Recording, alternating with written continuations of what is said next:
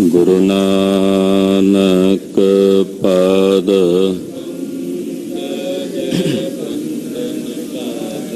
ਪੰਕਜ ਸਿਮਰੋ ਅੰਗਦ ਗੁਰ ਅਮਰਦਾਸ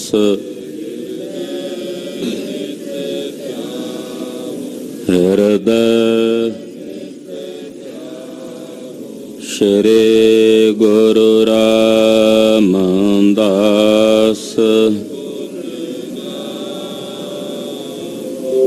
ਗੁਰੂ ਅਰਜਨ ਬਿਘਨਨ ਕੇ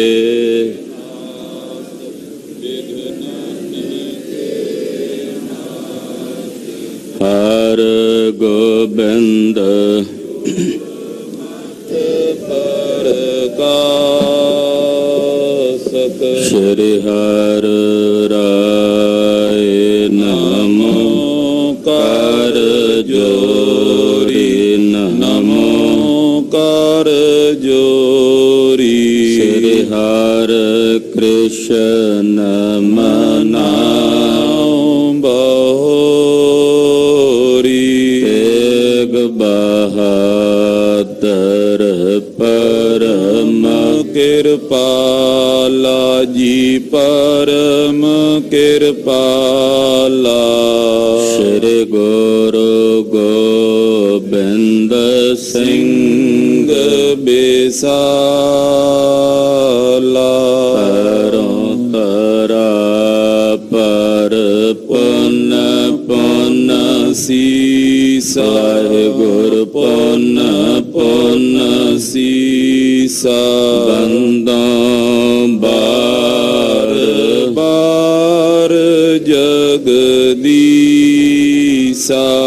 ਏਕੰਕਾਰ ਸਤਿਗੁਰੂ ਤੇ ਪ੍ਰਸਾਦ ਸਚ ਹੋਏ ਵਾਹਿਗੁਰੂ ਜੀ ਕੀ ਫਤਿਹ ਹੈ ਬਿਘਨ ਬਿਨਾਸਨ ਸੋਏ ਵਾਹਿਗੁਰੂ ਜੀ ਕੀ ਫਤਿਹ ਹੈ ਬਿਘਨ ਬਿਨਾਸਨ ਸੋਏ ਸਤਨਾਮ ਸ੍ਰੀ ਵਾਹਿਗੁਰੂ ਸਾਹਿਬ ਜੀ। ਇੱਕ ਓੰਕਾਰ ਸਤਿਗੁਰ ਪ੍ਰਸਾਦ। ਸ੍ਰੀ ਵਾਹਿਗੁਰੂ ਜੀ ਕੀ ਫਤਿਹ ਹੈ।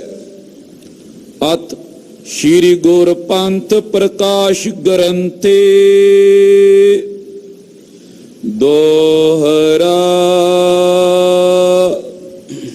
ਸ੍ਰੀ ਗੁਰੂ ਨਾਨਕ ਚਰਨ ਬੰਦ ਗੁਰ ਗੋਬਿੰਦ ਸਿੰਘ ਧਿਆਏ। ਲਿਖੋ ਉਤਪਤੀ ਖਾਲਸੇ ਮੋ ਨਿਜ ਕਰੋ ਸਹਾਏ। ਵਾਹਿਗੁਰੂ ਜੀ ਕਾ ਖਾਲਸਾ ਵਾਹਿਗੁਰੂ ਜੀ ਕੀ ਫਤਿਹ। ਪਰਮ ਸਤਿਕਾਰਯੋਗ ਗੁਰੂ ਕੀ ਸਾਜੀ ਔਰ ਨਿਵਾਜੀ ਹੋਈ ਗੁਰੂ ਕਾ ਖਾਸ ਰੂਪ ਗੁਰੂ ਖਾਲਸਾ ਸਾਧ ਸੰਗਤ ਜੀਓ, ਵੱਡਿਆਂ ਭਾਗਾਂ ਵਾਲੇ ਹੋ। ਸਤਿਗੁਰੂ ਨੌਵੇਂ ਪਾਤਸ਼ਾਹ ਜਗਤ ਗੁਰੂ ਸ੍ਰੀ ਗੁਰੂ ਤੇਗ ਬਹਾਦਰ ਸਾਹਿਬ ਜੀ ਮਹਾਰਾਜ ਜੀ ਦੇ ਪਾਵਨ ਪਵਿੱਤਰ ਚਰਨ ਛੋਹ ਪ੍ਰਾਪਤ ਇਤਿਹਾਸਕ ਸਥਾਨ ਗੁਰਦੁਆਰਾ ਸ੍ਰੀ ਦੁਖ ਨਿਵਾਰਨ ਸਾਹਿਬ ਵਿਖੇ ਦੇਨ ਦੁਨੀਆਂ ਦੇ ਮਾਲਕ ਸਤਿਗੁਰੂ ਸਰਬ ਸਾਂਝੀ ਵਾਲਤਾ ਦੇ ਸਾਂਝੇ ਰਹਿਬਰ ਸਤਿਗੁਰੂ ਸ਼੍ਰੀ ਗੁਰੂ ਗ੍ਰੰਥ ਸਾਹਿਬ ਜੀ ਮਹਾਰਾਜ ਜੀ ਦੀ ਪਵਿੱਤਰ ਪਾਵਨ ਹਜ਼ੂਰੀ 'ਚ ਹਾਜ਼ਰੀਆਂ ਭਰ ਕੇ ਆਪਣੇ ਜੀਵਨ ਦੀਆਂ ਘੜੀਆਂ ਗੁਰੂ ਲੇਖੇ ਲਾ ਕੇ ਸਫਲਾ ਔਰ ਸਕਾਰਥਾ ਕਰ ਰਹੇ ਹੋ। ਸਤਿਗੁਰਾਂ ਦੀ ਦਇਆ ਕਿਰਪਾ ਸਦਕਾ ਸ਼੍ਰੀ ਗੁਰ ਪੰਥ ਪ੍ਰਕਾਸ਼ ਦੀ ਪਾਵਨ ਪਵਿੱਤਰ ਲੜੀਵਾਰ ਕਥਾ ਦੀ ਆਰੰਭਤਾ ਹੋਈ ਹੈ। ਸਤਿਗੁਰਾਂ ਦੇ ਚਰਨਾਂ ਵਿੱਚ ਕੱਲ ਦੇ ਦਿਨ ਅਰਦਾਸ ਬੇਨਤੀ ਕਰਕੇ ਇਹ ਪਵਿੱਤਰ ਕਥਾ ਦੀ ਆਰੰਭਤਾ ਕੀਤੀ ਗਈ। ਇਹ ਜੋ ਗ੍ਰੰਥ ਹੈ ਸ਼੍ਰੀ ਗੁਰ ਪੰਥ ਪ੍ਰਕਾਸ਼, क्योंकि पंथ भी गुरु है। श्री गुरु ग्रंथ साहिब और श्री गुरु पंथ, गुरु ग्रंथ ते गुरु पंथ, ये गुरु कलगीधर जी ने बख्शिश की है। गुरु पंथ दा प्रकाश किवें होया, पंथ दी चढ़दी कला किवें होई है, इस करके भाई रतन सिंह जी ने इस ग्रंथ का नाम रखिया श्री गुर पंथ प्रकाश। अरदास गुरु साहब के चरनां च आपां निता प्रति करते हाँ। जदों कहा जाता है कि जिन्हां ਸਿੰਘਾਂ ਸਿੰਘਣੀਆਂ ने धर्म हेत शीस दिते, बंद बंद कटाए, खोपरियां लुहाइयां, तां नारियां नाल चराए, ਤਾਂ ਉਸ ਵਕਤ ਜਿਨ੍ਹਾਂ ਸ਼ਹੀਦਾਂ ਵੱਲ ਸਾਡਾ ਧਿਆਨ ਜਾਂਦਾ ਹੈ ਉਹਨਾਂ ਸਮੁੱਚੇ ਸ਼ਹੀਦਾਂ ਦੀ ਇਹ ਕਥਾ ਹੈ ਸ਼੍ਰੀ ਗੁਰੂ ਪੰਥ ਪ੍ਰਕਾਸ਼। ਇਹ ਸਾਡਿਆਂ ਵਡੇਰਿਆਂ ਦੀ, ਸਾਡਿਆਂ ਬਜ਼ੁਰਗਾਂ ਦੀ ਕਥਾ ਹੈ। ਭਾਈ ਸਾਹਿਬ ਭਾਈ ਰਤਨ ਸਿੰਘ ਜੀ ਭੰਗੂ ਜਿਨ੍ਹਾਂ ਨੇ ਕਥਾ ਲਿਖੀ ਹੈ ਪੰਥ ਪ੍ਰਕਾਸ਼, ਤਕਰੀਬਨ 1841 ਵਿੱਚ इस ग्रंथ की कथा उन्होंने संपूर्ण की। 1808 तो प्रारंभ करके तकरीबन 33 साल की मेहनत करके इस ग्रंथ नूं लिखण वास्ते 33 साल की मेहनत सी भाई रतन सिंह होना दी। कित्थों कित्थों उन्होंने हाल प्राप्त किए, क्योंकि इस तो पहला सिखां दा इतिहास लिखिया ही नहीं जा सकिया। उहदा कारण सी कि खालसा जंगा युद्धां विच रहा, तो पंथ कोल ਸਿੰਘਾਂ कोल इन्ना समा ही नहीं बन सकिया भी वो अपना इतिहास लिख सकते। इतिहास सिरजिया पर लिख नहीं सके। लिखिया कुछ मुसलमानां ने लिखिया, अंग्रेज़ां ने लिखिया, पर जदों कोई दूसरा साडा इतिहास साडे घर की गल लिखेगा तो उहदियां अपणियां विच कई तरह दीयां गल्लां मिलदियां ने। ਅਸੀਂ ਆਪ खुद अपने घर बारे जिन्ना जानते हैं दूजा नहीं जान सकता। तो भाई साहब भाई रतन सिंह जी ने कथा लिखी है। भाई रतन सिंह जी भाई मताब सिंह जी मीरा कोटिए होए ने, पंथ दे बड़े महान जरनैल जिन्हां ने बीकानेर तो आके मस्से रंगड़ दा सिर वड्ढिया सी दरबार साहब तो ते नेजे ते टंग के लैके गए सी। भाई रतन सिंह जी उन्हां दे पोतरे सी ते इन्हां दे पिता दा नाम सी भाई राय सिंह।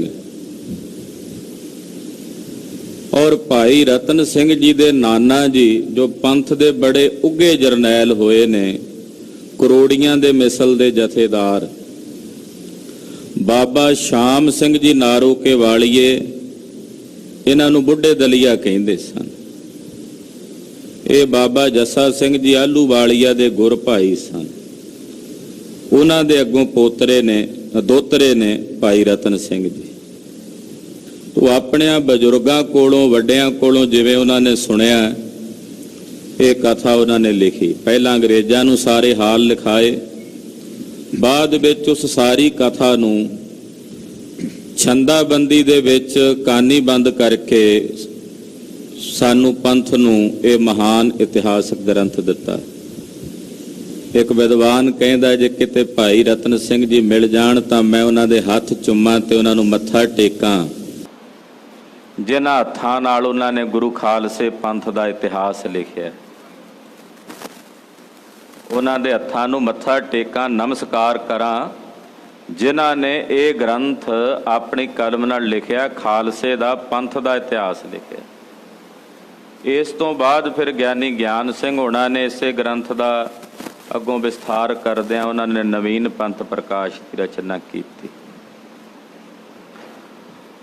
ਖਾਲਸੇ ਰਾਜ ਤੱਕ ਦੀ ਇਹ ਕਥਾ ਹੈ ਕਿ ਜਦੋਂ ਤੱਕ ਖਾਲਸਾ ਰਾਜ ਕਾਇਮ ਹੋਇਆ ਉੱਥੋਂ ਤੱਕ ਦੀ। ਆਓ ਮਨ ਬਿਰਤੀਆਂ ਇਕਾਗਰ ਕਰੀਏ, ਗੁਰੂ ਪੰਥ ਦਾ ਧਿਆਨ ਹਿਰਦੇ 'ਚ ਧਾਰੀਏ। ਉਹਨਾਂ ਸਮੂਹ ਸ਼ਹੀਦਾਂ ਨੂੰ ਜਿਨ੍ਹਾਂ ਨੂੰ ਨਿਤਾ ਪ੍ਰਤੀ ਅਰਦਾਸਾਂ ਵਿੱਚ ਅਸੀਂ ਚੇਤੇ ਕਰਦੇ ਹਾਂ, ਸਿਮਰਦੇ ਹਾਂ, ਧਿਆਉਂਦੇ ਹਾਂ। ਚਾਹੇ ਉਹ ਭਾਈ ਮਨੀ ਸਿੰਘ ਜੀ ਸ਼ਹੀਦ ਨੇ, ਭਾਈ ਮਤਾਬ ਸਿੰਘ ਜੀ ਨੇ, ਭਾਈ ਸੁੱਖਾ ਸਿੰਘ ਜੀ ਨੇ, ਇਸੇ ਤਰ੍ਹਾਂ ਭਾਈ ਹਕੀਕਤ ਰਾਏ ਜੀ ਵਰਗੇ ਗੁਰਮੁਖ ਨੇ, ਔਰ ਭਾਈ ਤਾਰੂ ਸਿੰਘ ਜੀ ਜੈਸੇ ਮਹਾਨ ਯੋਧੇ ਨੇ।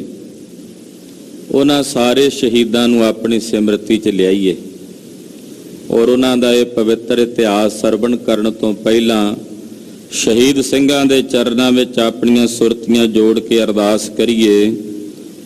ਐ ਗੁਰੂ ਖਾਲਸੇ ਪੰਥ ਤੋਂ ਆਪਣਾ ਆਪਾ ਕੁਰਬਾਨ ਕਰਨ ਵਾਲਿਓ ਸਮੂਹ ਸ਼ਹੀਦ ਸਿੰਘੋ, ਸਾਡੇ ਤੇ ਕਿਰਪਾ ਕਰੋ।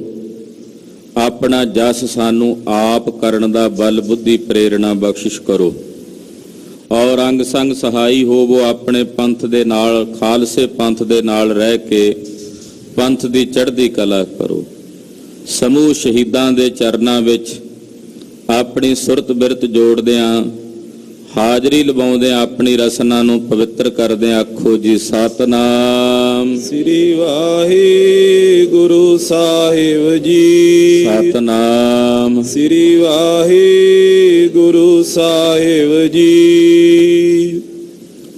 ਇੱਕ ਓੰਕਾਰ ਸਤਿਗੁਰ ਪ੍ਰਸਾਦ।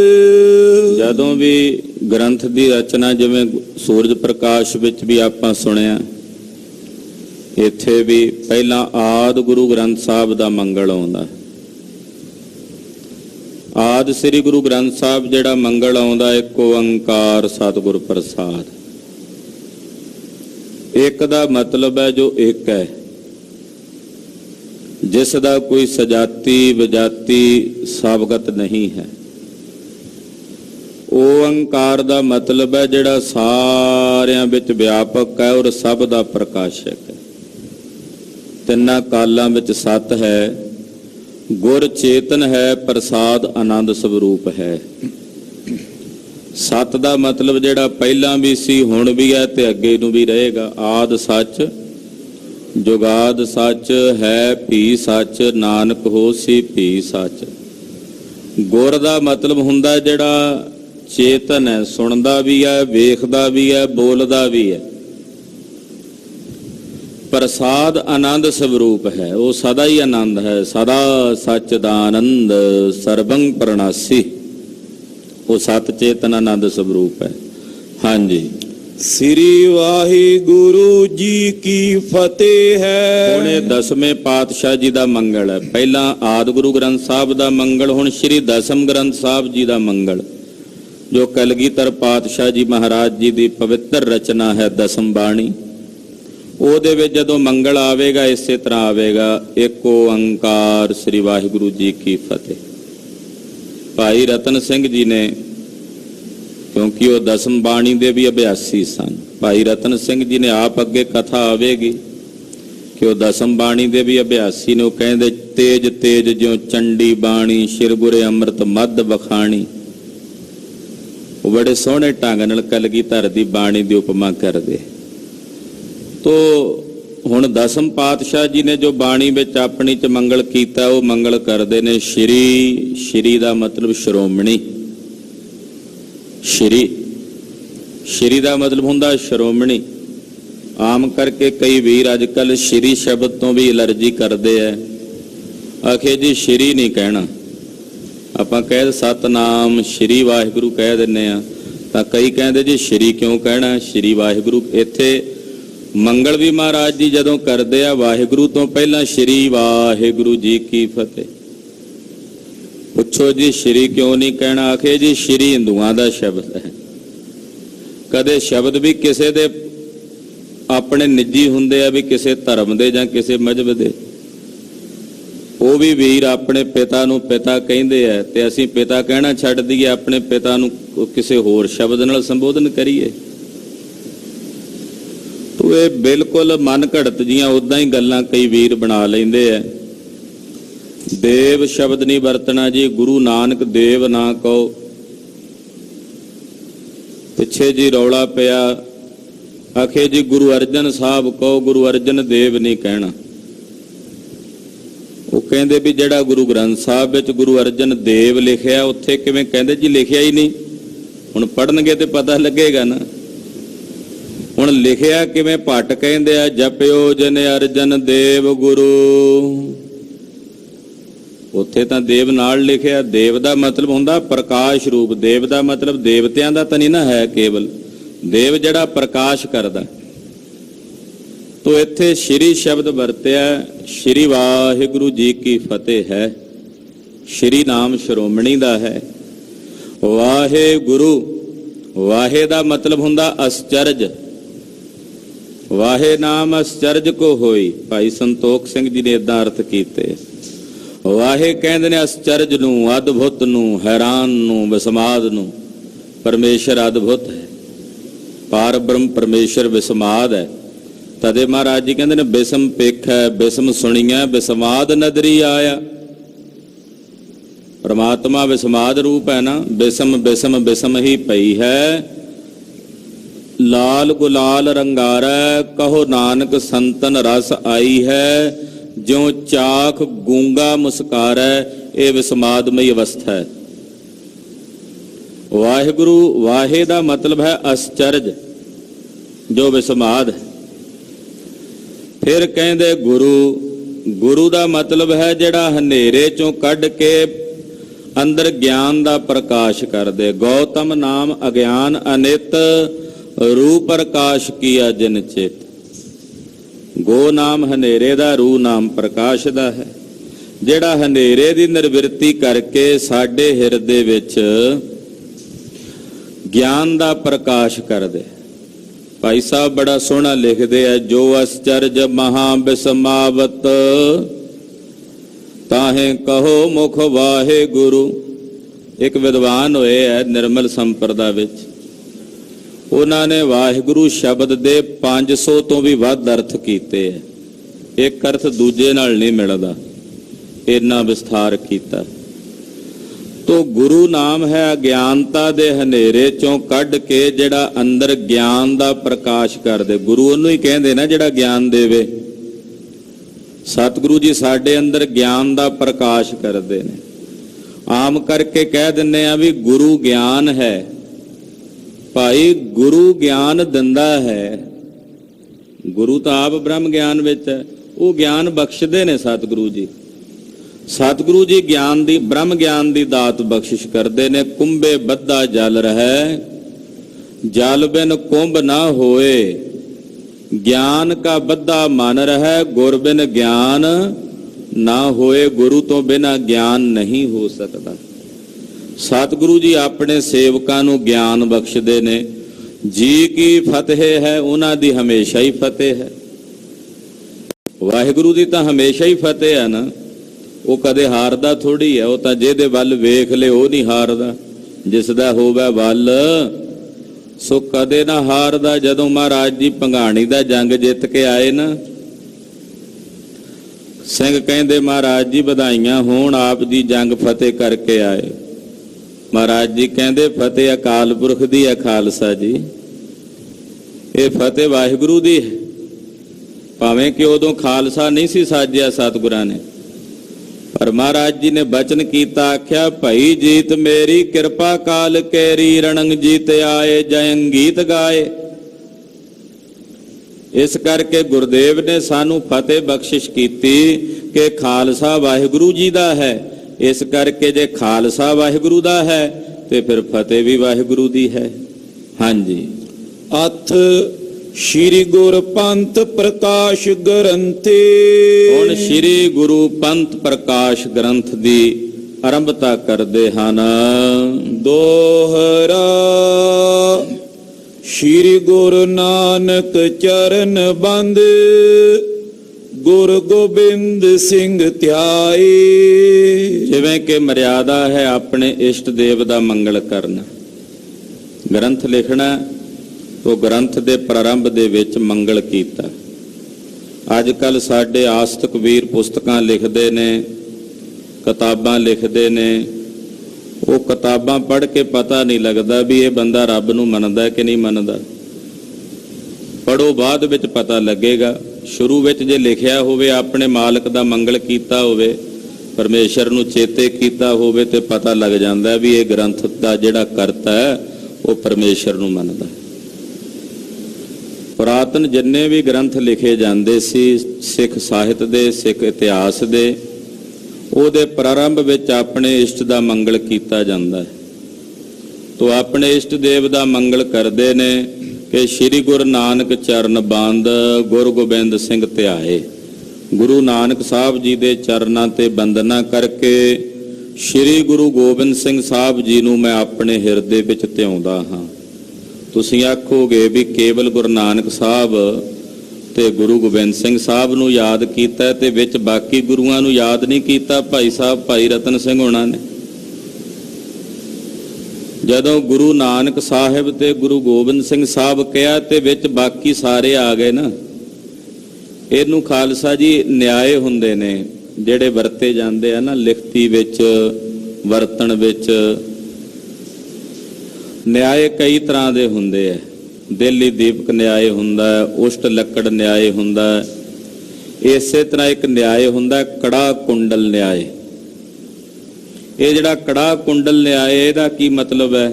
ਕੜਾਇਆ ਹੁੰਦਾ ਨਾ, ਕੜਾਹ ਪ੍ਰਸ਼ਾਦ ਬਣਾਉਂਦੇ ਆ ਕੜਾਏ ਵਿੱਚ, ਉਹਦੇ 2 ਕੁੰਡੇ ਹੁੰਦੇ ਆ। ਕੜਾਹ ਪ੍ਰਸ਼ਾਦ ਵਿੱਚ ਹੁੰਦਾ, ਉਹ 2 ਕੁੰਡਿਆਂ ਤੋਂ ਚੁੱਕੋ ਤੇ ਸਾਰਾ ਹੀ ਚੁੱਕਿਆ ਜਾਂਦਾ ਨਾ ਨਾਲ। ਏਦਾਂ ਇਹ ਕੜਾਹ ਕੁੰਡਲ ਨਿਆਏ ਆ। ਜਦੋਂ ਗੁਰੂ ਨਾਨਕ ਸਾਹਿਬ ਤੇ ਗੁਰੂ ਗੋਬਿੰਦ ਸਿੰਘ ਸਾਹਿਬ ਨੂੰ ਯਾਦ ਕੀਤਾ, ਉਹ 2 ਕੁੰਡੇ ਸਿਰੇ ਪਕੜ ਲਏ, ਵਿੱਚ ਬਾਕੀ ਗੁਰੂ ਸਾਹਿਬਾਨ ਵੀ ਆ ਗਏ। ਇਸ ਕਰਕੇ ਇੱਥੇ ਮੰਗਲ 10 ਪਾਤਸ਼ਾਹੀਆਂ ਦਾ ਹੈ।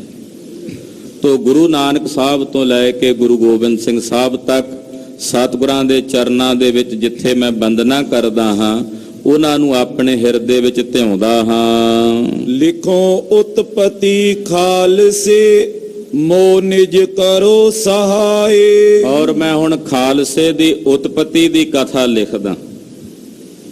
ਹੇ ਗੁਰੂ ਨਾਨਕ ਸਾਹਿਬ, ਹੇ ਗੁਰੂ ਅੰਗਦ ਸਾਹਿਬ, ਗੁਰੂ ਗੋਬਿੰਦ ਸਿੰਘ ਸਾਹਿਬ ਤੱਕ ਸਤਿਗੁਰੂ ਜੀ ਮੇਰੀ ਸਹਾਇਤਾ ਕਰੋ ਕਿ ਮੈਂ ਖਾਲਸੇ ਦੀ ਉਤਪਤੀ ਦੀ ਸਾਰੀ ਕਥਾ ਲਿਖ ਸਕਾਂ, ਪੰਥ ਦੇ ਇਸ ਪ੍ਰਕਾਸ਼ ਦੀ ਕਥਾ ਲਿਖ ਸਕਾਂ। ਜੋ ਪਈ ਅਬ ਮੈਂ ਲਿਖੋ ਸਿੰਘਨ ਕੀ ਸਾਖੀ। ਭਾਈ ਸਾਹਿਬ ਕਹਿੰਦੇ ਹੁਣ ਮੈਂ ਖਾਲਸੇ ਦੀ ਸਾਖੀ ਲਿਖਦਾ, ਸਿੰਘਾਂ ਦਾ ਇਤਿਹਾਸ ਲਿਖਦਾ ਹਾਂ। ਜੈ ਬਿਦ ਬੜਨ ਅਸਾਡਨ ਆਖੀ। ਜਿਵੇਂ ਸਾਡੇ ਵੱਡਿਆਂ ਨੇ ਆਖੀ ਹੈ। ਭਾਈ ਸਾਹਿਬ ਕਹਿੰਦੇ ਮੈਂ ਸਾਖੀ ਸੁਣਾਉਣਾ ਜਿਵੇਂ ਸਾਡੇ ਵੱਡਿਆਂ ਨੇ ਆਖੀ ਹੈ। ਭਾਈ ਸਾਹਿਬ ਨੇ ਜਿੱਥੇ ਆਪਣੇ ਨਾਨਾ ਜੀ ਕੋਲੋਂ ਇਤਿਹਾਸ ਸੁਣਿਆ, ਆਪਣੇ ਪਿਤਾ ਜੀ ਕੋਲੋਂ ਸੁਣਿਆ, ਕਿਉਂਕਿ ਉਹ ਪਿਤਾ ਪੁਰਖੀ ਗੁਰੂ ਘਰ ਦੇ ਸਿੱਖ ਨੇ, ਬੜੇ ਬੜੇ ਬਜ਼ੁਰਗਾਂ ਕੋਲ ਰਹਿ ਕੇ ਭਾਈ ਰਤਨ ਸਿੰਘ ਜੀ ਨੇ ਬਜ਼ੁਰਗਾਂ ਦੀ ਕਥਾ ਸੁਣੀ ਹੈ ਸਾਰੀ। ਯਾਨੀ ਕਿ 1808 ਦੇ ਵਿੱਚ ਭਾਈ ਸਾਹਿਬ ਨੇ ਇਹ ਕਥਾ ਲਿਖਣੀ ਸ਼ੁਰੂ ਕਰ ਦਿੱਤੀ। 1708 ਵਿੱਚ ਮਹਾਰਾਜ ਜੀ ਜੋਤੀ ਜੋਤ ਸਮਾਏ। 100 ਸਾਲ ਦਾ ਹੀ ਸਮਾਂ ਸੀ ਵਿੱਚ। ਕਈ ਬਜ਼ੁਰਗ ਵਿੱਚ ਐਸੇ ਸਨ ਜਿਨ੍ਹਾਂ ਨੇ, ਜਿਹੜੇ ਸਿੰਘ ਗੁਰੂ ਗੋਬਿੰਦ ਸਿੰਘ ਮਹਾਰਾਜ ਜੀ ਦੀ ਸੰਗਤ 'ਚ ਰਹੇ ਤੇ ਉਹਨਾਂ ਦੀ ਸੰਗਤ 'ਚ ਅੱਗੇ ਰਹੇ। ਹੁਣ ਕਿੰਨਾ ਇੰਥੈਟਿਕ ਹੋ ਜਾਂਦਾ ਏ, ਕਿੰਨਾ ਪਰਪੱਕ ਇਤਿਹਾਸ ਹੋ ਜਾਂਦਾ, ਸਹੀ ਮੰਨਿਆ ਜਾ ਸਕਦਾ ਹੈ ਕਿਉਂਕਿ ਬਿਲਕੁਲ ਨੇੜੇ ਚਲਿਆ ਜਾਂਦਾ। ਕਹਿੰਦੇ ਜਿਵੇਂ ਸਾਡੇ ਵੱਡਿਆਂ ਨੇ ਕਹੀ। ਹੁਣ ਜੱਸਾ ਸਿੰਘ ਆਹਲੂਵਾਲੀਆ ਸਾਹਿਬ ਮਾਤਾ ਸੁੰਦਰੀ ਜੀ ਦੀ ਸੰਗਤ 'ਚ ਰਹੇ ਨੇ, ਉਹਨਾਂ ਦੇ ਨਾਲ ਗੁਰ ਭਾਈ ਰਹਿ ਕੇ ਇਹਨਾਂ ਦੇ ਨਾਨਾ ਜੀ ਵਿਚਰਦੇ ਰਹੇ ਨੇ, ਬਾਬਾ ਸ਼ਾਮ ਸਿੰਘ ਜੀ ਨਾਰੋਕੇ ਵਾਲੇ। ਤੋ ਕਿੰਨਾ ਇਤਿਹਾਸ ਇਹਨਾਂ ਦੇ ਕੋਲ ਆਇਆ ਹੋਵੇਗਾ ਆਪਣੇ ਬਜ਼ੁਰਗਾਂ ਦਾ। ਤੋ ਕਹਿੰਦੇ ਜਿਵੇਂ ਸਾਡੇ ਵੱਡਿਆਂ ਨੇ ਮੈਨੂੰ ਉਹ ਕਥਾ ਬਜ਼ੁਰਗਾਂ ਦੀ ਖਾਲਸੇ ਦੀ ਕਹੀ ਹੈ, ਉਹ ਮੈਂ ਤੁਹਾਨੂੰ ਸੁਣਾਉਂਦਾ ਹਾਂ। ਔਰ ਪੁਰਾਤਨ ਤੇ ਵੀ ਸੁਣੀ। ਕੁਝ ਕਹਿੰਦੇ ਮੈਂ ਆਪਣੇ ਬਜ਼ੁਰਗਾਂ ਕੋਲੋਂ ਸੁਣੀ ਹੈ, ਕੁਝ ਪੁਰਾਤਨ ਗੁਰ ਸਿੱਖਾਂ ਦੇ ਕੋਲੋਂ ਸੁਣੀ। ਜਿਹੜੇ ਪੰਥ ਦੇ ਪੁਰਾਤਨ ਗੁਰ ਸਿੱਖ ਨੇ ਉਹਨਾਂ ਦੇ ਕੋਲੋਂ ਮੈਂ ਇੱਕ ਕਥਾ ਸੁਣੀ ਹੈ। ਹੋਤੇ ਜੋ ਬਿਰਦ ਸਿੱਖ ਬਹੁਗੁਣੀ। ਕਹਿੰਦੇ ਜਿਹੜੇ ਬਿਰਧ ਸਿੱਖ ਸਨ, ਬਜ਼ੁਰਗ ਸਨ, ਪੁਰਾਤਨ ਸਿੱਖ ਹਨ, ਬੜੇ ਬੜੇ ਗੁਣੀ ਸਿੱਖ, ਬੜੇ ਬੜੇ ਨਾਮ ਰਸੀਏ ਬ੍ਰਹਮ ਗਿਆਨੀ ਗੁਰਸਿੱਖ ਭਾਈ ਸਾਹਿਬ ਕਹਿੰਦੇ ਮੈਂ ਉਹਨਾਂ ਕੋਲੋਂ ਸਾਰਾ ਇਤਿਹਾਸ ਸੁਣਿਆ ਔਰ ਸੁਣ ਕੇ ਉਹਨਾਂ ਦੇ ਕੋਲੋਂ ਲਿਖਿਆ। ਸੋ ਮੈਂ ਕਹੂੰ ਯਥਾ ਮਤ ਮਾਈ। ਕਹਿੰਦੇ ਉਹ ਮੈਂ ਕਹਿੰਦਾ ਹਾਂ ਜੋ ਮੇਰੀ ਮਤ ਦੇ ਵਿੱਚ ਹੈ ਔਰ ਮੈਂ ਆਪਣੀ ਮਤ ਦੇ ਅਨੁਸਾਰ ਜਿੰਨਾ ਕੁ ਮੈਨੂੰ ਪਤਾ ਲੱਗਾ, ਜਿੰਨਾ ਕੁ ਮੈਂ ਇਤਿਹਾਸ ਇਕੱਠਾ ਕਰ ਸਕਿਆ ਹਾਂ ਬਜ਼ੁਰਗਾਂ ਕੋਲੋਂ, ਵੱਡਿਆਂ ਕੋਲੋਂ ਸੁਣ ਕੇ ਉਹ ਮੈਂ ਲਿਖਦਾ ਹਾਂ। ਮਨ ਤਨ ਪ੍ਰੀਤ ਭਾਉ ਪੈਦਾਈ। ਔਰ ਮੈਂ ਆਪਣੇ ਮਨ ਵਿੱਚ ਔਰ ਤਨ ਵਿੱਚ ਖਾਲਸੇ ਦੀ ਪ੍ਰੀਤ ਪ੍ਰਗਟ ਕਰਦਾ ਔਰ ਆਪਣੇ ਹਿਰਦੇ ਵਿੱਚ ਭੈ ਰੱਖਦਾ ਪੰਥ ਦਾ। ਜਿਹੜੀ ਗੁਰੂ ਖਾਲਸੇ ਪੰਥ ਦੀ ਪ੍ਰੀਤ ਹੈ ਉਹਦੇ ਨਾਲ ਮਨ ਦੇ ਜਿਤਨੇ ਡਰ ਤੇ ਭੈ ਨੇ ਉਹ ਨਾਸ ਹੁੰਦੇ ਹਨ। ਜੈ ਬਿਦ ਕਈ ਅੰਗਰੇਜ਼ਨ ਸੰਗ। ਕਹਿੰਦੇ ਜਿਵੇਂ ਮੈਂ ਅੰਗਰੇਜ਼ਾਂ ਨੂੰ ਕਹੀ ਸੀ ਇਹ ਕਥਾ, ਭਾਈ ਸਾਹਿਬ ਇਹ ਕਥਾ ਲਿਖਣ ਦਾ ਮੁੱਢ ਕਿਵੇਂ ਵੱਜਦਾ ਹੈ? ਕਹਿੰਦੇ ਲੁਧਿਆਣੇ ਦੇ ਵਿੱਚ ਜਿਵੇਂ ਮੈਂ ਅੰਗਰੇਜ਼ਾਂ ਨੂੰ ਕਿਉਂਕਿ ਇਹ ਪੰਥ ਪ੍ਰਕਾਸ਼ ਲਿਖਣ ਤੋਂ ਪਹਿਲਾਂ ਉਹਨਾਂ ਨੇ ਸਾਰਾ ਇਤਿਹਾਸ ਪਹਿਲਾਂ ਅੰਗਰੇਜ਼ਾਂ ਨੂੰ ਸੁਣਾਇਆ। ਉਹਨਾਂ ਨੂੰ ਕਹਿੰਦੇ ਜਿਵੇਂ ਦੱਸਿਆ ਮੈਂ ਖਾਲਸੇ ਦਾ ਇਤਿਹਾਸ। ਰੱਖੋ ਉਥਾਨ ਕਾ ਸੋ ਪ੍ਰਸੰਗ। ਕਹਿੰਦੇ ਉਸੇ ਪ੍ਰਸੰਗ ਨੂੰ ਮੈਂ ਉਥਾਨਕਾ ਦੇ ਵਿੱਚ ਰੱਖਦਾ ਹਾਂ, ਯਾਨੀ ਕਿ ਉਥਾਨਕਾ ਵਿੱਚ ਭੂਮਿਕਾ ਵਿੱਚ ਮੈਂ ਉਹ ਦੱਸਦਾ ਕਿ ਇਹ ਗ੍ਰੰਥ ਲਿਖਣ ਦੀ ਮੇਰੇ ਮਨ 'ਚ ਰੁਚੀ ਕਿਵੇਂ ਪੈਦਾ ਹੋਈ, ਕਿਵੇਂ ਮੇਰੇ ਮਨ ਦੇ ਵਿੱਚ ਪ੍ਰੇਰਨਾ ਹੋਈ ਕਿ ਮੈਂ ਖਾਲਸੇ ਦਾ ਇਤਿਹਾਸ ਲਿਖਾਂ। ਉਤੋ ਟਬਾਈ ਫਰਾਂਸੀਸ ਫਿਰੰਗੀ। ਇੱਕ ਫਰਾਂਸੀਸੀ ਫਿਰੰਗੀ ਜਿਹੜਾ ਇੱਕ ਚੰਗਾ ਜਰਨੈਲ ਸੀ, ਉਹਦਾ ਨਾਂ ਸੀ ਟਬਾਈ। ਟਬਾਈ ਨਾਮ ਦਾ ਇੱਕ ਫਰਾਂਸੀਸੀ ਫਿਰੰਗੀ। ਇਹ ਜਿਹੜੇ ਫਰਾਂਸੀਸੀ ਸਨ ਇਹ ਹਿੰਦੁਸਤਾਨ ਵਿੱਚ ਆ ਕੇ ਬਾਹਰੋਂ ਫਰਾਂਸ ਦੇ ਇਲਾਕਿਆਂ 'ਚੋਂ ਆ ਕੇ ਨੌਕਰੀਆਂ ਕਰਦੇ ਰਹੇ। ਬੜੇ ਬੜੇ ਅੰਗਰੇਜ਼ ਵੀ ਆ ਕੇ ਹਿੰਦੁਸਤਾਨ 'ਚ ਨੌਕਰੀਆਂ ਕਰਦੇ ਸੀ। ਬਕਾਇਦਾ ਮਹਾਰਾਜਾ ਰਣਜੀਤ ਸਿੰਘ ਜੀ ਦੇ ਪਾਸ ਵੀ ਜਰਨਲ ਵੈਨਤੂਰਾ ਵਰਗੇ ਅੰਗਰੇਜ਼ ਤੇ ਫਰਾਂਸੀਸੀ ਜਿਹੜੇ ਸਨ ਉਹਨਾਂ ਕੋਲ ਨੌਕਰੀ ਕਰਦੇ ਰਹੇ ਨੇ। ਉਹਨਾਂ ਵਿੱਚੋਂ ਕੁਝ ਮਰਹੱਟਿਆਂ ਦੇ ਕੋਲ ਵੀ ਨੌਕਰ ਰਹੇ ਨੇ, ਕਿਉਂਕਿ ਮਰਹੱਟੇ ਵੀ ਕਿਸੇ ਸਮੇਂ ਹਿੰਦੁਸਤਾਨ ਦੇ ਵਿੱਚ ਕਾਬਜ ਸਨ।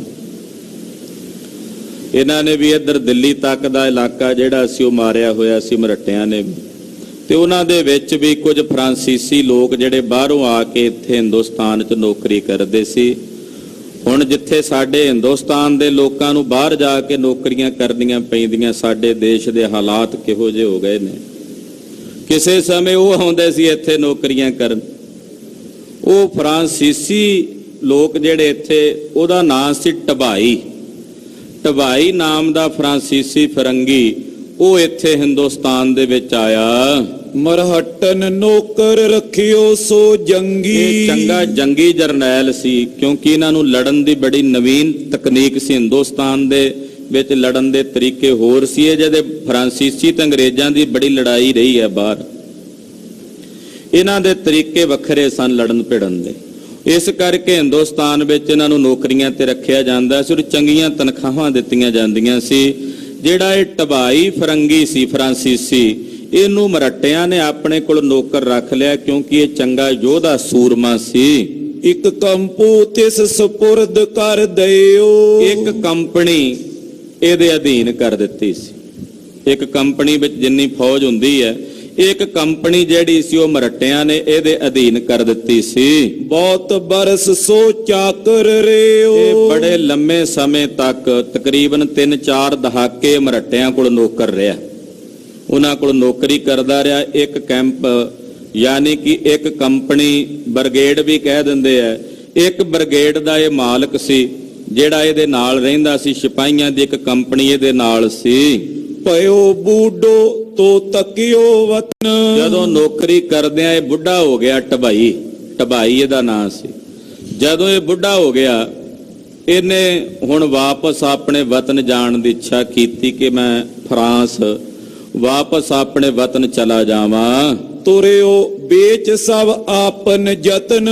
ਇਹਨੇ ਜਿੰਨਾ ਕੁਝ ਇਹਦੇ ਕੋਲ ਜ਼ਮੀਨ ਜਾਇਦਾਦ ਸੀ ਆਪਣੀ, ਜੋ ਕੁਝ ਇਹਨੇ ਇਕੱਠਾ ਕੀਤਾ ਸੀ ਇੱਥੇ ਰਹਿ ਕੇ, ਇਹਨੇ ਆਖਿਆ ਵੀ ਹੁਣ ਨਾਲ ਲਿਜਾਣਾ ਤਾਂ ਔਖਾ ਸੀ ਉੱਥੇ, ਵੀ ਇਹਨੂੰ ਵੇਚ ਵੱਟ ਕੇ ਜਿਹੜੇ ਪੈਸੇ ਆਉਣਗੇ ਉਹ ਲੈ ਕੇ ਮੈਂ ਚਲਾ ਜਾਵਾਂ ਤੇ ਆਪਣੀ ਬਜ਼ੁਰਗੀ ਜਿਹੜੀ ਆ ਸੌਖੀ ਕੱਟ ਲਾਂਗਾ।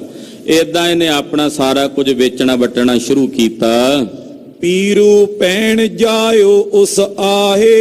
ਇਹਦੀ ਭੈਣ ਦਾ ਇੱਕ ਲੜਕਾ ਸੀ ਢਬਾਈ ਦਾ, ਉਹਦਾ ਨਾਂ ਸੀ ਪੀਰੂ, ਯਾਨੀ ਕਿ ਇਹਦਾ ਭਾਣਜਾ ਸੀ ਭਣੇਵਾ। ਇਹਦਾ ਭਾਣਜਾ, ਉਹਦਾ ਨਾਮ ਸੀ ਪੀਰੂ। ਬਾਕੀ ਸੌਂਪ ਗਇਓ ਉਸ ਆਹੇ। ਜਿੰਨਾ ਕੁ ਵੇਚਿਆ ਵਟਿਆ ਗਿਆ ਉਹ ਵੇਚ ਕੇ ਉਹਨੇ ਪੈਸੇ ਆਪਣੇ ਲੈ ਲਏ। ਬਾਕੀ ਜੋ ਉਹਦੇ ਕੋਲ ਨਹੀਂ ਵਿਕਿਆ ਉਹ ਉਹਨੇ ਆਪਣੇ ਭਾਣਜੇ ਨੂੰ ਦੇ ਦਿੱਤਾ, ਪੀਰੂ ਨੂੰ, ਵੀ ਇਹ ਤੂੰ ਰੱਖ ਲੈ, ਇਹ ਤੂੰ ਸਾਂਭ ਲੈ। ਭਾਈ ਸਾਹਿਬ ਇਹ ਭੂਮਿਕਾ ਦੱਸ ਰਹੇ ਨੇ ਵੀ ਇਹ ਗ੍ਰੰਥ ਲਿਖਣ ਦੀ ਭੂਮਿਕਾ ਕਿਵੇਂ ਵੱਜਦੀ। ਕਹਿੰਦੇ ਉਹ ਪੀਰੂ ਨੂੰ ਉਹਨੇ ਸਾਰਾ ਕੁਝ ਜੋ ਕੁਝ ਉਹਦੇ ਕੋਲ ਰਹਿ ਗਿਆ ਉਹਨੇ ਆਪਣੇ ਭਾਣਜੇ ਪੀਰੂ ਨੂੰ ਦੇ ਦਿੱਤਾ। ਦੋਹਰਾ ਸੋ ਪੀਰੂ ਇੱਕ ਕੰਪਿਓ ਔਰ ਕੀਏ ਤਿੰਨ ਚਾਰ। ਉਹ ਅੱਗੇ ਚੰਗਾ ਯੋਧਾ ਨਿਕਲਿਆ ਇਹਦਾ ਭਾਣਜਾ ਪੀਰੂ। ਉਹਨੇ ਕੀ ਕੀਤਾ, ਮਿਹਨਤੀ ਸੀ, ਦਲੇਰ ਸੀ। ਇੱਕ ਕੰਪਨੀ ਦੇ ਗਿਆ ਸੀ ਉਹਦਾ ਮਾਮਾ ਉਹਨੂੰ, ਫੌਜ ਦੀ ਇੱਕ ਟੁਕੜੀ ਦੇ ਗਿਆ ਸੀ। ਉਹਨੇ ਇੱਕ ਤੋਂ 3-4 ਹੋਰ ਬਣਾ ਲਈਆਂ, ਯਾਨੀ ਕਿ ਇੰਨੀ ਫੌਜ ਉਹਨੇ ਆਪਣੇ ਨਾਲ ਇਕੱਠੀ ਕਰ ਲਈ। ਦਿੱਲੀ ਅਤੇ ਆਗਰੇ ਗੰਗ बीच बहो मार। ਉਹਨੇ ਜਦੋਂ 3-4 ਕੰਪਨੀਆਂ ਬਣਾ ਲੀਆਂ, ਫੌਜ ਚੰਗੀ ਵੱਡੀ ਫੌਜ ਹੋ ਗਈ ਉਹਦੇ ਨਾਲ, ਪੀਰੂ ਨਾਲ। ਉਹਨੇ ਦਿੱਲੀ ਤੇ ਆਗਰੇ ਤੱਕ ਦਾ ਜਿਹੜਾ ਵਿਚਲਾ ਇਲਾਕਾ ਸੀ, ਔਰ ਉਧਰ ਗੰਗ ਦਾ ਇਲਾਕਾ ਕਿਹੜਾ ਇੱਧਰ ਬਰੇਲੀ ਵਾਲੇ ਪਾਸੇ ਦਾ ਗੰਗ ਦੁਆਬ ਦਾ ਇਲਾਕਾ ਕਹਿ ਦਿੱਤਾ ਜਾਂਦਾ ਇਹਨੂੰ, ਉਹ ਜਿੰਨਾ ਇਲਾਕਾ ਸੀ ਉਹਦੇ ਵਿੱਚ ਉਹਨੇ ਆਪਣਾ ਸ਼ਾਸਨ ਕਾਇਮ ਕਰ ਲਿਆ ਪੀਰੂ ਨੇ। ਇਹ ਵੇਖੋ, ਪਹਿਲਾਂ ਵਪਾਰ ਕਰਨ ਦੇ ਬਹਾਨੇ ਆਏ, ਹੌਲੇ ਨੌਕਰੀਆਂ ਕਰਦੇ ਫੌਜ ਇਕੱਠੀ ਕਰਦਿਆਂ ਇਦਾਂ ਇਹ ਕਾਬਜ ਹੋਏ ਹਿੰਦੁਸਤਾਨ ਤੇ ਸਾਰੇ। ਇਦਾਂ ਪਹਿਲਾਂ ਕਲਕੱਤੇ ਹੀ ਰਹਿੰਦੇ ਸੀ, ਕਲਕੱਤੇ ਤੋਂ ਇਹ ਹੌਲੇ ਅੱਗੇ ਵਧਦਿਆਂ 6ਵੇਂ ਪਾਤਸ਼ਾਹ ਦੇ ਸਮੇਂ ਜਿਹੜੀ ਸੀ ਇਹਨਾਂ ਦੀ ਆਮਦ ਹੋ ਗਈ ਸੀ। ਗੁਰੂ ਹਰਗੋਬਿੰਦ ਸਾਹਿਬ ਦੇ ਵੇਲੇ ਹੀ, ਬੜੇ ਪੁਰਾਣੇ ਸਮੇਂ ਈਸਟ ਇੰਡੀਆ ਕੰਪਨੀ ਆ ਗਈ। ਹੌਲੇ ਚਲਦਿਆਂ ਵਪਾਰ ਕਰਦਿਆਂ ਫਿਰ ਨੌਕਰੀਆਂ ਕਰਦਿਆਂ ਕਾਬਜ ਹੁੰਦੇ ਚਲੇ ਗਏ। ਹੁਣ ਵੇਖੋ, ਇਹ ਪਹਿਲਾਂ ਤਾਂ ਨੌਕਰ ਹੀ ਸੀ ਨਾ ਮਰੱਟਿਆਂ ਦਾ। 3-4 ਕੰਪਨੀਆਂ ਬਣਾ ਕੇ ਇਹਨੇ ਆਪਣੇ ਨਾਲ ਫੌਜ ਦੀਆਂ, ਆਗਰੇ ਤੋਂ ਦਿੱਲੀ ਤੱਕ ਦਾ ਇਲਾਕਾ, ਫਿਰ ਇਧਰੋਂ ਦਿੱਲੀ ਤੋਂ ਪਰੇ ਬਰੇਲੀ ਵਾਲੇ ਪਾਸੇ ਗੰਗ ਦਾ ਜਿੰਨਾ ਇਲਾਕਾ, ਉੱਥੇ ਇਹਨੇ ਆਪਣਾ ਰਾਜ ਕਾਇਮ ਕਰ ਲਿਆ। ਇੰਨਾ ਇਲਾਕਾ ਇਹਨੇ ਆਪਣੇ ਅਧੀਨ ਕਰ ਲਿਆ। ਨੌਕਰੀ ਮਰੱਟਿਆਂ ਦੀ ਕਰਦਾ ਸੀ, ਕਿਉਂਕਿ ਸਾਰੇ ਇਲਾਕੇ 'ਚ ਮਰੱਟੇ ਹੀ ਕਾਬਜ ਸੀ। ਹੁਣ ਕਹਿਣ ਮਾਤਰ ਨੂੰ ਮਰੱਟੇ ਮਾਲਕ ਨੇ, ਪਰ ਅਸਲੀ ਜਿਹੜੀ ਮਲਕੀਅਤ ਹੈ ਉਹ ਇਹਦੀ ਬਣ ਗਈ। ਜੋ ਪਈ ਮਰਹਟਨ ਕੋ ਤਵ ਸੰਸੇ ਪਇਓ। ਜਦੋਂ ਮਰੱਟਿਆਂ ਨੇ ਵੇਖਿਆ ਵੀ ਸਾਡਾ ਨੌਕਰ ਹੈ ਪੀਰੂ, ਇਹਨੇ ਸਾਡੇ ਇਲਾਕੇ ਤੇ ਕਬਜ਼ਾ ਕਰਨਾ ਸ਼ੁਰੂ ਕਰ ਦਿੱਤਾ, ਉਹਨਾਂ ਦੇ ਮਨ 'ਚ ਸੰਸਾ ਆ ਗਿਆ ਵੀ ਹੁਣ ਕਿਤੇ ਬਾਗੀ ਨਾ ਹੋ ਜਾਏ, ਵੀ ਇਹ ਸਾਰਾ ਇਲਾਕਾ ਖੋ ਕੇ ਸਾਡੇ ਤੋਂ ਬਾਗੀ ਨਾ ਹੋ ਜਾਵੇ। ਚਾਹੇ ਮੁਲਕ ਉਸੇ ਤੇ ਲਿਓ। ਹੁਣ ਉਹ ਮਰੱਟੇ ਚਾਹੁੰਦੇ ਸੀ ਵੀ ਇਹਦੇ ਕੋਲੋਂ ਸਾਰਾ ਮੁਲਕ ਅਸੀਂ ਵਾਪਸ ਲੈ ਲਈਏ। ਵੀ ਇਹਦੇ ਮਨ ਦੇ ਵਿੱਚ ਵਹਿਮ ਆ ਗਿਆ ਵੀ ਕਿਤੇ ਹੁਣ ਇਹ ਕਾਬਜ ਨਾ ਹੋ ਜੇ। ਇਹਨੇ ਤਾਂ 3-4 ਕੰਪਨੀਆਂ ਰੱਖ ਲਈਆਂ ਫੌਜ ਦੀਆਂ, ਆਪ ਰਾਜ ਕਰਦਾ ਹੁਣ ਸਾਰੇ ਪਾਸੇ, ਇਹ ਕਿਤੇ ਸਾਡੇ ਤੋਂ ਬਾਗੀ ਨਾ ਹੋ ਜਾਵੇ। ਏਦਾਂ ਉਹਨਾਂ ਨੇ ਮਰੱਟਿਆਂ ਦੇ ਮਨ 'ਚ ਸੰਸਾ ਆਇਆ ਤੇ ਇਹਦੇ ਕੋਲੋਂ ਸਭ ਕੁਝ ਲੈਣ ਦਾ ਯਤਨ ਕੀਤਾ। ਪੀਰੂ ਮਨਸੂਬੋ ਠਹਿਰਿਓ। ਕਹਿੰਦੇ ਪੀਰੂ ਨੇ ਜਦੋਂ ਵੇਖਿਆ ਵੀ ਮਰੱਟੇ ਹੁਣ ਮੇਰੇ ਨਾਲ ਲੜਨਗੇ, ਉਹਨੇ ਇਹਨਾਂ ਦਾ ਮਨਸੂਬਾ ਵੇਖਿਆ। ਵੇਚ ਦੇਸ ਅੰਗਰੇਜ਼ਨ ਦੇ ਗਿਓ। ਉਹ ਪੀਰੂ ਨੇ ਕੀ ਕੀਤਾ, ਇਹ ਫਰਾਂਸੀਸੀ ਸੀ, ਉਧਰ ਅੰਗਰੇਜ਼ ਵੀ ਸੀ ਹਿੰਦੁਸਤਾਨ 'ਚ। ਇਹਨੇ ਉਹ ਜਿੰਨਾ ਇਲਾਕਾ ਸੀ ਸਾਰਾ ਇਲਾਕਾ ਅੰਗਰੇਜ਼ਾਂ ਨੂੰ ਸੇਲ ਕਰ ਦਿੱਤਾ, ਵੇਚ ਦਿੱਤਾ ਵੀ ਇਹ ਤੁਹਾਡਾ। ਏਦਾਂ ਹੌਲੇ ਅੰਗਰੇਜ਼ ਕਾਬਜ ਹੋਏ। ਜਦੋਂ ਦਾ ਇਹ ਵਾਕਿਆ ਆ ਰਿਹਾ, ਉਦੋਂ ਮਰੱਟੇ ਵੀ ਉਹ ਵੀ ਦਿੱਲੀ ਖੋਣਾ ਚਾਹੁੰਦੇ ਸੀ, ਉਧਰੋਂ ਮੁਗਲ ਆਪਣਾ ਰਾਜ ਕਾਇਮ ਕਰਨਾ ਚਾਹੁੰਦੇ ਸੀ, ਉਧਰ ਅੰਗਰੇਜ਼ ਚਾਹੁੰਦੇ ਸੀ ਅਸੀਂ ਕਬਜ਼ਾ ਕਰੀਏ, ਇਧਰੋਂ ਖਾਲਸਾ ਵੀ ਜਾ ਗੱਜਦਾ ਸੀ ਦਿੱਲੀ। ਇਦਾਂ ਕਹਿੰਦੇ ਨਖਸਮੀ ਹੋਈ ਫਿਰਦੀ ਸੀ ਦਿੱਲੀ ਦਾ ਜਿਹੜਾ ਤਖਤ ਹੈ ਨਾ, ਉਹ ਨਖਸਮਾ ਹੋਇਆ ਫਿਰਦਾ ਸੀ ਇੱਕ ਪ੍ਰਕਾਰ ਨਾਲ। ਮਰੱਟਿਆਂ ਨੇ ਵੀ ਆਪਣਾ ਪੂਰਾ ਜ਼ੋਰ ਲਾਇਆ। ਉਹ ਤਾਂ ਪੰਜਾਬ, ਜੇ ਕਿਤੇ ਅੰਗਰੇਜ਼ ਵਿੱਚ ਨਾ ਆਉਂਦੇ ਤਾਂ ਫਿਰ ਲੜਾਈ ਮਰੱਟਿਆਂ ਦੀ ਔਰ ਖਾਲਸੇ ਦੀ ਹੋਣੀ ਸੀ। ਮਰੱਟੇ ਪੰਜਾਬ ਤੱਕ ਆਏ। ਕਈ ਜੰਗਾਂ ਮਰੱਟਿਆਂ ਨਾਲ ਹੋਈਆਂ ਵੀ ਮਿਸਲਾਂ ਦੀਆਂ। ਇੱਕ ਲੜਾਈ ਮਰੱਟਿਆਂ ਨਾਲ ਬੜੀ ਵੱਡੇ ਪੱਧਰ ਤੇ ਹੋਈ ਆਪਣੇ ਇੱਥੇ ਨੇੜੇ ਘਨੌਰ ਤੋਂ ਮਰਦਾਪੁਰ ਪਿੰਡ, ਉਹਦੇ ਨੇੜੇ ਜੰਗ ਹੋਇਆ। ਮਰੱਟੇ ਆਏ ਇੱਥੇ ਤੱਕ ਚੜ੍ਹ ਕੇ।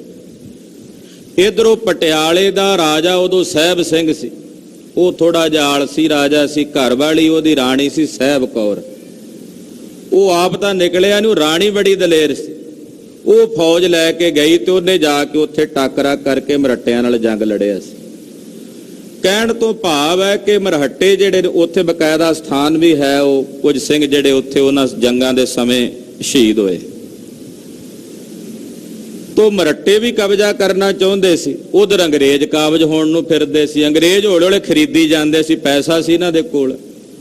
ਇਹਨਾਂ ਕੀ ਕੀਤਾ ਵੀ ਪੀਰੂ ਨੇ ਮਰੱਟਿਆਂ ਤੋਂ ਡਰਦਿਆਂ ਹੋਇਆਂ, ਜਿਹੜਾ ਇਹਦੇ ਕੋਲ ਰਾਜ ਸੀ ਆਪਣਾ, ਜਿਹੜੇ ਇਲਾਕੇ ਵਿੱਚ ਇਹ ਕਾਬਜ ਸੀ, ਇਹਨੇ ਉਹ ਰਾਜ, ਉਹ ਇਲਾਕਾ ਜਿਹੜਾ ਸੀ ਉਹ ਵੇਚ ਦਿੱਤਾ ਅੰਗਰੇਜ਼ਾਂ ਨੂੰ ਤੇ ਬਦਲੇ 'ਚ ਉਹਦੇ ਕੋਲ ਪੈਸੇ ਲੈ ਲਏ। 1860 ਸਾਲ, ਇਹ 1860 ਸੰਮਤ ਬਿਕਰਮੀ ਦਾ ਸਾਲ ਸੀ, ਯਾਨੀ ਕਿ 1803 ਸੰਮਤ ਬਿਕਰਮੀ ਬਣਦੀ।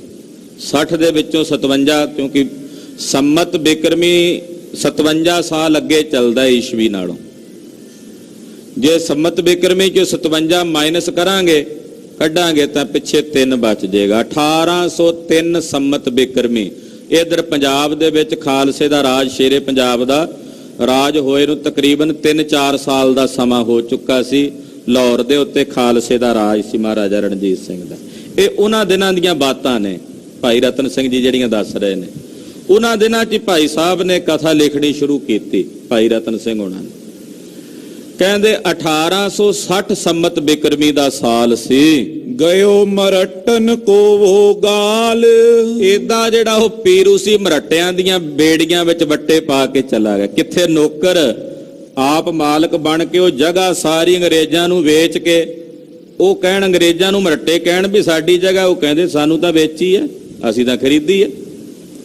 ਇੱਥੋਂ ਕਹਿੰਦੇ ਮਰੱਟਿਆਂ ਨੂੰ ਗਾਲ ਕੇ ਇੱਕ ਪ੍ਰਕਾਰ ਨਾਲ ਉਹਨਾਂ ਦੀਆਂ ਬੇੜੀਆਂ 'ਚ ਵੱਟੇ ਪਾ ਕੇ ਉਹ ਪੀਰੂ ਉੱਥੋਂ ਨੱਸ ਗਿਆ। ਲਿਓ ਮੁਲਕ ਅੰਗਰੇਜ਼ਨ ਰੋਕ, ਪੂਰੇ ਜਿੰਨਾ ਆਗਰੇ ਤੋਂ ਦਿੱਲੀ ਤਾਈਂ ਦਾ ਉਧਰ ਸਾਰਾ ਗੰਗ ਦਾ ਇਲਾਕਾ ਉਹ ਅੰਗਰੇਜ਼ਾਂ ਨੇ ਰੋਕ ਲਿਆ, ਕਬਜ਼ਾ ਕਰ ਲਿਆ। ਮਰਹੱਟਨ ਕੇ ਕਰ ਪਰ ਗਿਓ ਸ਼ੋਕ, ਉਧਰ ਹੁਣ ਮਰੱਟਿਆਂ ਦੇ ਏਡਾ ਵੱਡਾ ਇਲਾਕਾ ਮਰੱਟਿਆਂ ਦੇ ਹੱਥੋਂ ਖੋਇਆ ਗਿਆ। ਉਹਨਾਂ ਮਰੱਟਿਆਂ ਦੇ ਘਰ ਦੇ ਵਿੱਚ ਸ਼ੋਕ ਪੈ ਗਿਆ, ਉਹਨਾਂ ਦੇ ਘਰ 'ਚ ਸ਼ੋਕ ਦੀ ਲਹਿਰ ਦੌੜੀ। ਦਿੱਲੀ ਆਏ ਵੜਿਓ ਕਰਨੈਲ, ਹੁਣ ਜਿਹੜਾ ਇਹਨਾਂ ਦਾ ਜਰਨੈਲ ਸੀ ਅੰਗਰੇਜ਼ਾਂ ਦਾ, ਉਹ ਉੱਥੋਂ ਦਿੱਲੀ ਵੜ ਕੇ ਆ ਗਏ। ਦਿੱਲੀ ਆਗਰੇ ਤੱਕ ਦਾ ਰਾਜ ਹੋ ਹੀ ਗਿਆ ਸੀ ਤੇ ਦਿੱਲੀ ਵਿੱਚ ਵੀ ਉਦੋਂ ਨਾਂ ਦਾ ਹੀ ਬਾਦਸ਼ਾਹ ਸੀ ਸ਼ਾਹ ਆਲਮ। ਕਹਿਣ ਨੂੰ ਮੁਗਲ ਬਾਦਸ਼ਾਹ ਸੀ, ਔਰੰਗਜ਼ੇਬ ਦੀ ਅੰਸ਼ ਵਿੱਚੋਂ ਹੀ ਸੀ, ਨਾਂ ਦਾ ਹੀ ਰਾਜਾ ਸੀ। ਇਹਦਾ ਹੀ ਅੱਗੇ ਅਖੀਰਲਾ ਬਾਦਸ਼ਾਹ ਜਿਹੜਾ ਹਿੰਦੁਸਤਾਨ ਦਾ ਹੋਇਆ, ਉਹਦਾ ਨਾਂ ਸੀ ਬਹਾਦਰ ਸ਼ਾਹ ਰੰਗੀਲਾ। ਉਹਨੂੰ ਬਹਾਦਰ ਸ਼ਾਹ ਜ਼ਫਰ ਵੀ ਕਹਿੰਦੇ। ਇਹ ਅਖੀਰਲਾ ਮੁਗਲ ਬਾਦਸ਼ਾਹ ਸੀ ਹਿੰਦੁਸਤਾਨ ਦਾ। ਇਹਦੇ ਤੋਂ ਪਹਿਲਾਂ ਇਹਦਾ ਪਿਓ ਸੀ, ਉਹਨੂੰ ਸ਼ਾਹ ਆਲਮ ਕਹਿੰਦੇ ਸੀ। ਤੋ ਸ਼ਾਹ ਆਲਮ ਉਹਨਾਂ ਦਿਨਾਂ 'ਚ ਉਹ ਵੀ ਨਾਂ ਦਾ ਹੀ ਸੀ, ਅੰਗਰੇਜ਼ਾਂ ਦੇ ਅਧੀਨ ਹੀ ਹੋ ਕੇ ਰਾਜ ਕਰਦਾ ਸੀ, ਪੈਨਸ਼ਨ ਵਗੈਰਾ ਇਹਨੂੰ ਮਿਲਦੀ ਸੀ, ਸ਼ਰਾਬੀ ਕਬਾਬੀ ਬਾਦਸ਼ਾਹ ਸੀ। ਤੋ ਅੰਗਰੇਜ਼ ਜਿਹੜੇ ਸਨ, ਉਹ ਇੱਕ ਉਹਨਾਂ ਦਾ ਜਰਨੈਲ ਸੀ, ਉਹ ਦਿੱਲੀ ਚੱਲ ਕੇ ਆਇਆ ਉਹਨਾਂ ਦਿਨਾਂ ਵਿੱਚ। ਲੋਣੀ ਅਖਤਰ ਜੋ ਜਰਨੈਲ, ਉਸ ਜਰਨੈਲ ਦਾ ਨਾਂ ਸੀ ਅੰਗਰੇਜ਼ਾਂ ਦਾ, ਇਹ ਬੜਾ ਵੱਡਾ ਜਰਨੈਲ ਸੀ, ਇਹਦਾ ਨਾਂ ਸੀ ਸਰ ਡੇਵਿਡ ਆਕਟਰਲੋਨੀ, ਪਰ ਆਮ ਪੰਜਾਬੀ ਵਿੱਚ ਲੋਣੀ ਅਖਤਰ ਭਾਈ ਸਾਹਿਬ ਨੇ ਲਿਖ ਦਿੱਤਾ ਛੋਟਾ ਨਾਂ। ਵੱਡਾ ਨਾਂ ਜਿਹੜਾ ਦਾ ਪੂਰਾ ਨਾਂ ਸੀ ਉਹ ਸੀ ਸਰ ਡੇਵਿਡ ਆਕਟਰਲੋਨੀ।